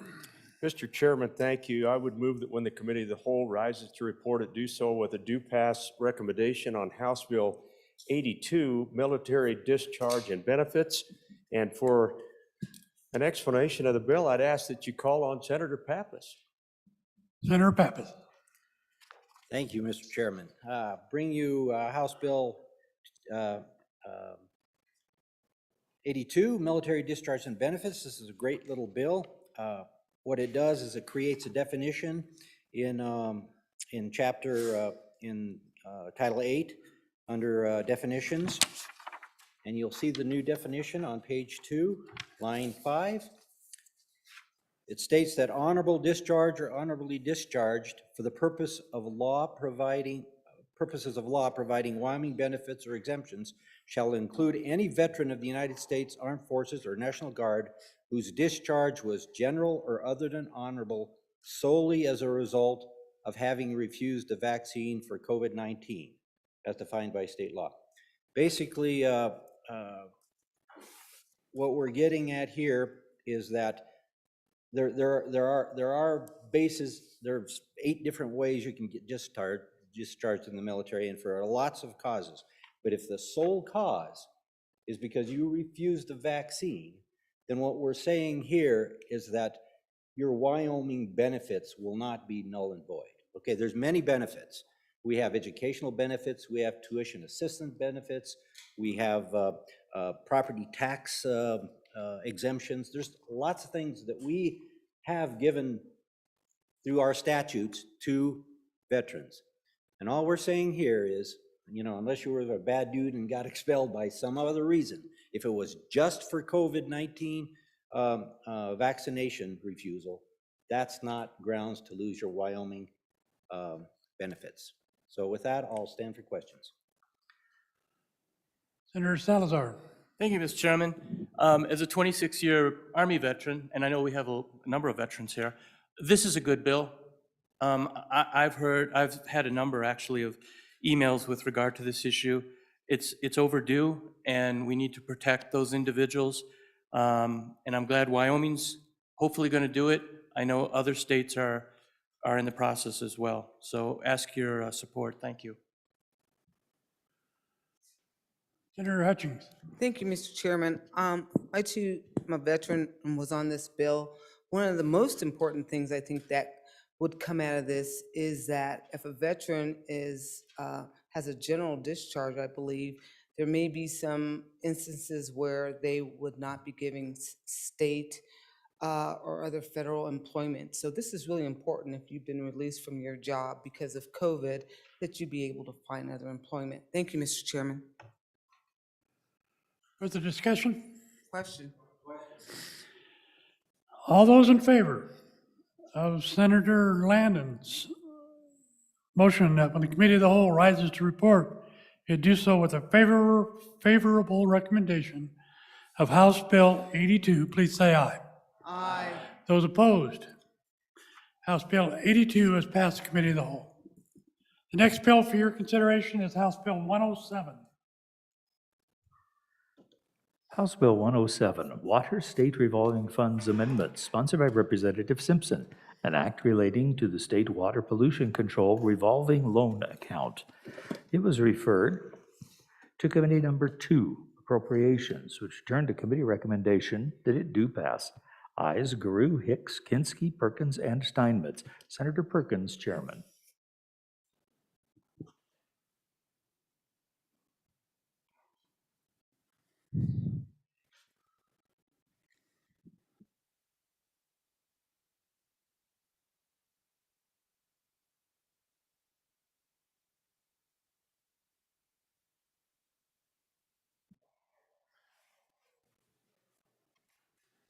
Senator Nethercott. Mr. Chairman, I would ask that this bill be laid back as well. Yes, ma'am. 107 is laid back. The next bill for our consideration is House Bill 123. House Bill 123, engrossed, mine reclamation disposal of materials, sponsored by Representative Barlow, an act relating to environmental quality, was referred to Committee Number 9, which returned to committee recommendation that it do pass amended. Ayes, Senators Anderson, Beitman, Cooper, Rothfuss, and Wasserberger. Senator Anderson, Chairman. Senator Wasserberger, what's your pleasure? Thank you, Mr. Chairman. I move that when the Committee of the Whole rises to report, it do so with a favorable recommendation that House Bill 123 engrossed do pass. And I would turn it over to the senator from Campbell County to explain the bill. That would be the Senator Wasserberger. I tricked you. Thank you, Mr. Chairman. There is a standing committee amendment, and I would ask that it be read in at this time. House Bill 123, Standing Committee Amendment Number 1 to engrossed copy, page 1, line 4 after. Mr. Chairman, I move Standing Committee Amendment Number 1 to House Bill 123 engrossed and ask for your favorable support. Mr. Chairman, this bill has had 3 amendments to it, each attempting to define the term inert materials. The amendment before you today was brought to the Senate Minerals Committee by the DEQ. All are in agreement that this is a good bill and needs to pass. And if you remember 2 years ago, we amended this statute allowing solid waste to be put in coal mines. This bill allows for solid waste for non-coal mining sites. And Mr. Chairman, I will walk you through the amendment on page 1, lines 4 through line 6. The amendment deletes those lines from amending on line 4 through to mines on line 6. Continuing on page 2, lines 5 through 9, we delete entirely, and the Senate Minerals Committee inserted the following definition. In parentheses, little d, specific waste management facilities means any facility for the transfer, treatment, processing, storage, or disposal of solid waste, but does not include, in parentheses, capital G, lands and facilities subject to WS 35-11-402, little a, 13, or 15. Mr. Chairman, 15 is important because that's what defines this statute. This suggested amendment modifies the definition of inert material and directs the DEQ to institute rulemaking to identify the appropriate circumstances where inert materials would be appropriate as backfill for certain types of non-coal mining sites. Continuing on the amendment, Mr. Chairman, on page 2, line 20, the amendment deletes 2, and after backfill, the amendment inserts 4. On page 2, line 21, after plan, the amendment deletes the balance of the line through and delete line 21 entirely, and at line 23, delete the line through plan. So the new paragraph would read, in parentheses, small xv 15, rules and regulations governing the use of inert material as backfill for non-coal mining sites as part of an approved reclamation plan. Rules promulgated under this paragraph shall at a minimum provide for.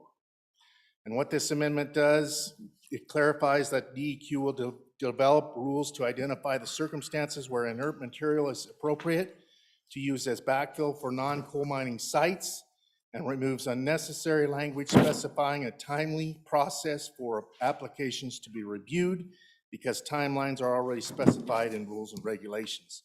And finally, Mr. Chairman, the amendment inserts at the end of capital G, XB.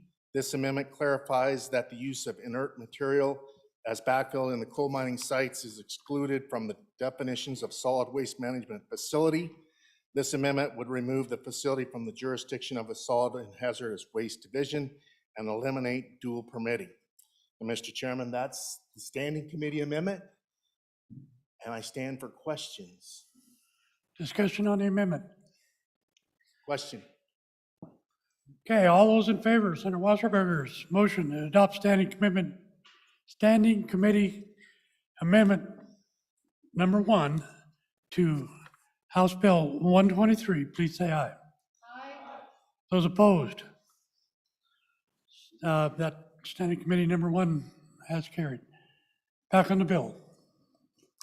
Thank you, Mr. Chairman. We are back on the bill, and Mr. Chairman, we have explained the definition of inert materials. So I will walk the Senate through the bill.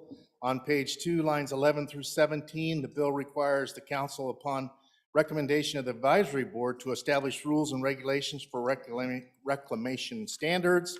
On page 2, lines 19 through 23, we amended in the standing committee amendment to read, rules and regulations governing the use of inert materials as backfill for non-coal mining sites as a part of approved reclamation plan. Rules promulgated under the paragraph shall at a minimum provide. On page 3, lines 4 through 10, the bill defines minimum depth requirements for the burial of inert material as defined by Wyoming Statutes 3511-103HI. And the council may consult standards for solid waste management facilities. On page 3, lines 12 through 18, the bill allows for the disposal fees to the department by the operator of inert materials in non-coal mining sites, which shall be 10% of any revenues. These fees will revert back to the general fund, and the appropriations chair isn't here to be happy about that, but we will put some money in the general fund. On page 3, lines 20 through 23, the bill adds the language, the incorporation of any rules pertaining to solid and hazardous waste necessary to allow for the disposal of inert material in non-coal mining sites to be reclaimed. On page 4, lines 2 through 4, is the House third reading amendment, adding the language, the DEQ and the EQC shall promulgate all rules necessary to implement this act. And on page 4, lines 6 through 14, the House third reading amendment added the language section 3, which allows for the enacting clause effective July 1st, 2022, and allows the department to write the rules and regulations for this act. Mr. Chairman, that's the bill. This bill is an example of how a bill gets better throughout the legislative process. Even though the bill has been amended 4 times and is only 4 pages long, everyone has worked hard to amend the bill to improve it through the process. And I ask for your favorable support. Discussion on the bill. Any discussion? You ready for the question? Okay, all those in favor of Senator Wasserberger's motion that when the committee of the whole rises to report, it do so with a favorable recommendation of House Bill 123, please say aye. Those opposed?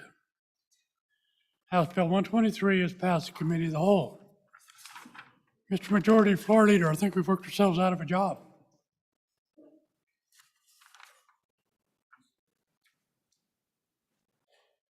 Mr. Chairman, I move the committee of the whole rise and report. You've heard the motion. All those in favor, say aye. Aye. Those opposed?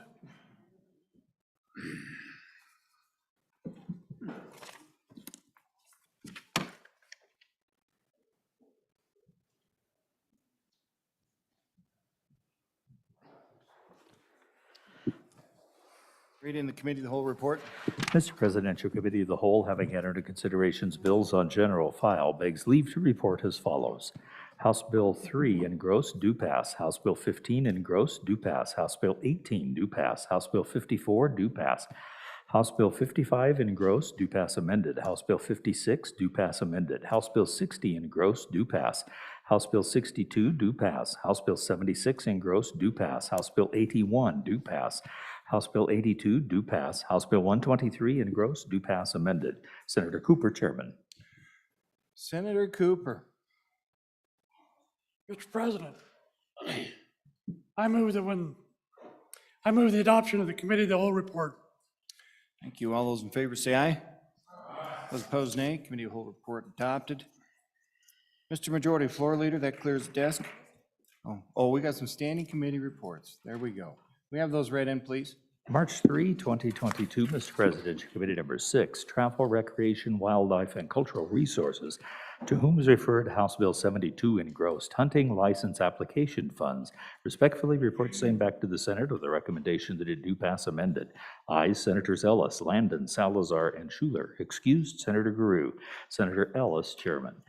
March 3, 2022, Mr. President, Committee number 3, Revenue, to whom is referred House Bill 89, engrossed monthly ad valorem tax revisions enforcement. Respectfully report same back to the Senate with a recommendation that it do pass. Ayes, Senators Baldwin, Case, Pappas, and Schuler. No, Senator James. Senator Case, Chairman. March 3, 2022, Mr. President, Committee number 3, Revenue, to whom is referred House Bill 147, engrossed annual cash-based budget development. Respectfully report same back to the Senate with a recommendation that it do pass. Ayes, Senators Baldwin, Case, James, Pappas, and Schuler. Senator Case, Chairman. Thank you. Mr. Majority Floor Leader, that clears the desk. Mr. President, I move Senate stands adjourned until 10 a.m. February 4th, 2022. Announcements, Senator Scott? Mr. President, your Committee number 4, Education, will meet tomorrow morning at 8 a.m. in room 110 downstairs. One bill, House Bill 10, engrossed tribal reference amendments. Senator Baldwin. Thank you, Mr. President. Tomorrow morning at 8 a.m., your committee number 10, the healthiest committee in the Senate, will start at 8 a.m. in room 6 to hear House Bill 27, Visitation Rights, and House Bill 92, Abortion Prohibition, Supreme Court decision. We'll follow it up at noon tomorrow, working twice as hard to hear the confirmation hearing for the Mental Health Licensing Board folks. Senator Landon. Mr. President, your Transportation Committee 8 will meet tomorrow at a special time, 1 o'clock tomorrow afternoon, to take up 2 bills, House Bill 64, engrossed vehicle service contracts, and House Bill 44, mobile home and vehicle titles and transfers. Again, that's at 1 o'clock Friday afternoon. We'll take up those 2 bills. Thank you, Senator Boner. Thank you, Mr. President. Your Committee number 5, Agriculture, will meet today upon adjournment. We'll say at 4 o'clock in Capitol Extension Room W2 and online to consider House Bill 2, disposition of water rights, House Bill 73, Omnibus Water Bill Planning, House Bill 137, State Land Exchanges, Public Notice, and House Bill 136, Underground Water Contested Case Hearings. Senator Nethercott. Thank you, Mr. President. The number 1 committee will meet tomorrow, Judiciary will meet tomorrow morning at 8 a.m. in Capitol Extension Room 4 to hear the following 3 bills. House Bill 71, Driving While License Suspended Enhancement Amendment. House Bill 83, Protection of Parental Rights Application. And House Bill 85, Child Endangering Controlled Substance Use While Pregnant. Thank you. Senator Scott, you had something else? Yes, Mr. President. I would ask anybody else that's interested in amendments to transform House Bill 54 on the State Parks Recreation Management Authority into a study bill to speak to me immediately after adjournment. I intend to work on such a thing. Let's, you got that number again, sir? House Bill 54. Thank you. Okay, we're going to go to Senator Anderson, but I got to have some help with appropriations and their announcement. So, Senator Anderson, you're up next. Mr. President, your Minerals Committee will meet Friday, March 4th upon noon recess, Capitol Extension Room W4 and online to hear House Bill 105, Severance Tax Reduction for Coal, and House Bill 131, engrossed Nuclear Power Generation and Storage Amendments. Thank you. Thank you. Senator Ellis can help us out there. Thank you, Mr. Chairman. Filling in for our Appropriations Committee. Committee number 2, Appropriations, will be meeting on Friday, March 4th upon the noon recess to take up House Bill 91, County Officers' Salaries, House Bill 96, State Official Salary, House Bill 146, General Government Reports, and House Bill 53, Military Department Discrimination or Harassment Grievances on referral. Thank you. Thank you. Have a note here. Members of the Senate, Amy Skinner, Wyoming's liaison from the National Conference of State Legislators, will be here tomorrow afternoon to visit with you about NCSL services. NCSL has several resources you might be interested in. Ms. Skinner will be here in the lobby 2 to 4 p.m. tomorrow, 2 to 4 p.m. tomorrow. All right, is that it? Any more announcements? Okay, you heard the motion. All those in favor say aye. All those opposed, nay. Motion carries. Senate stands adjourned until 10 a.m. Friday, March 4th.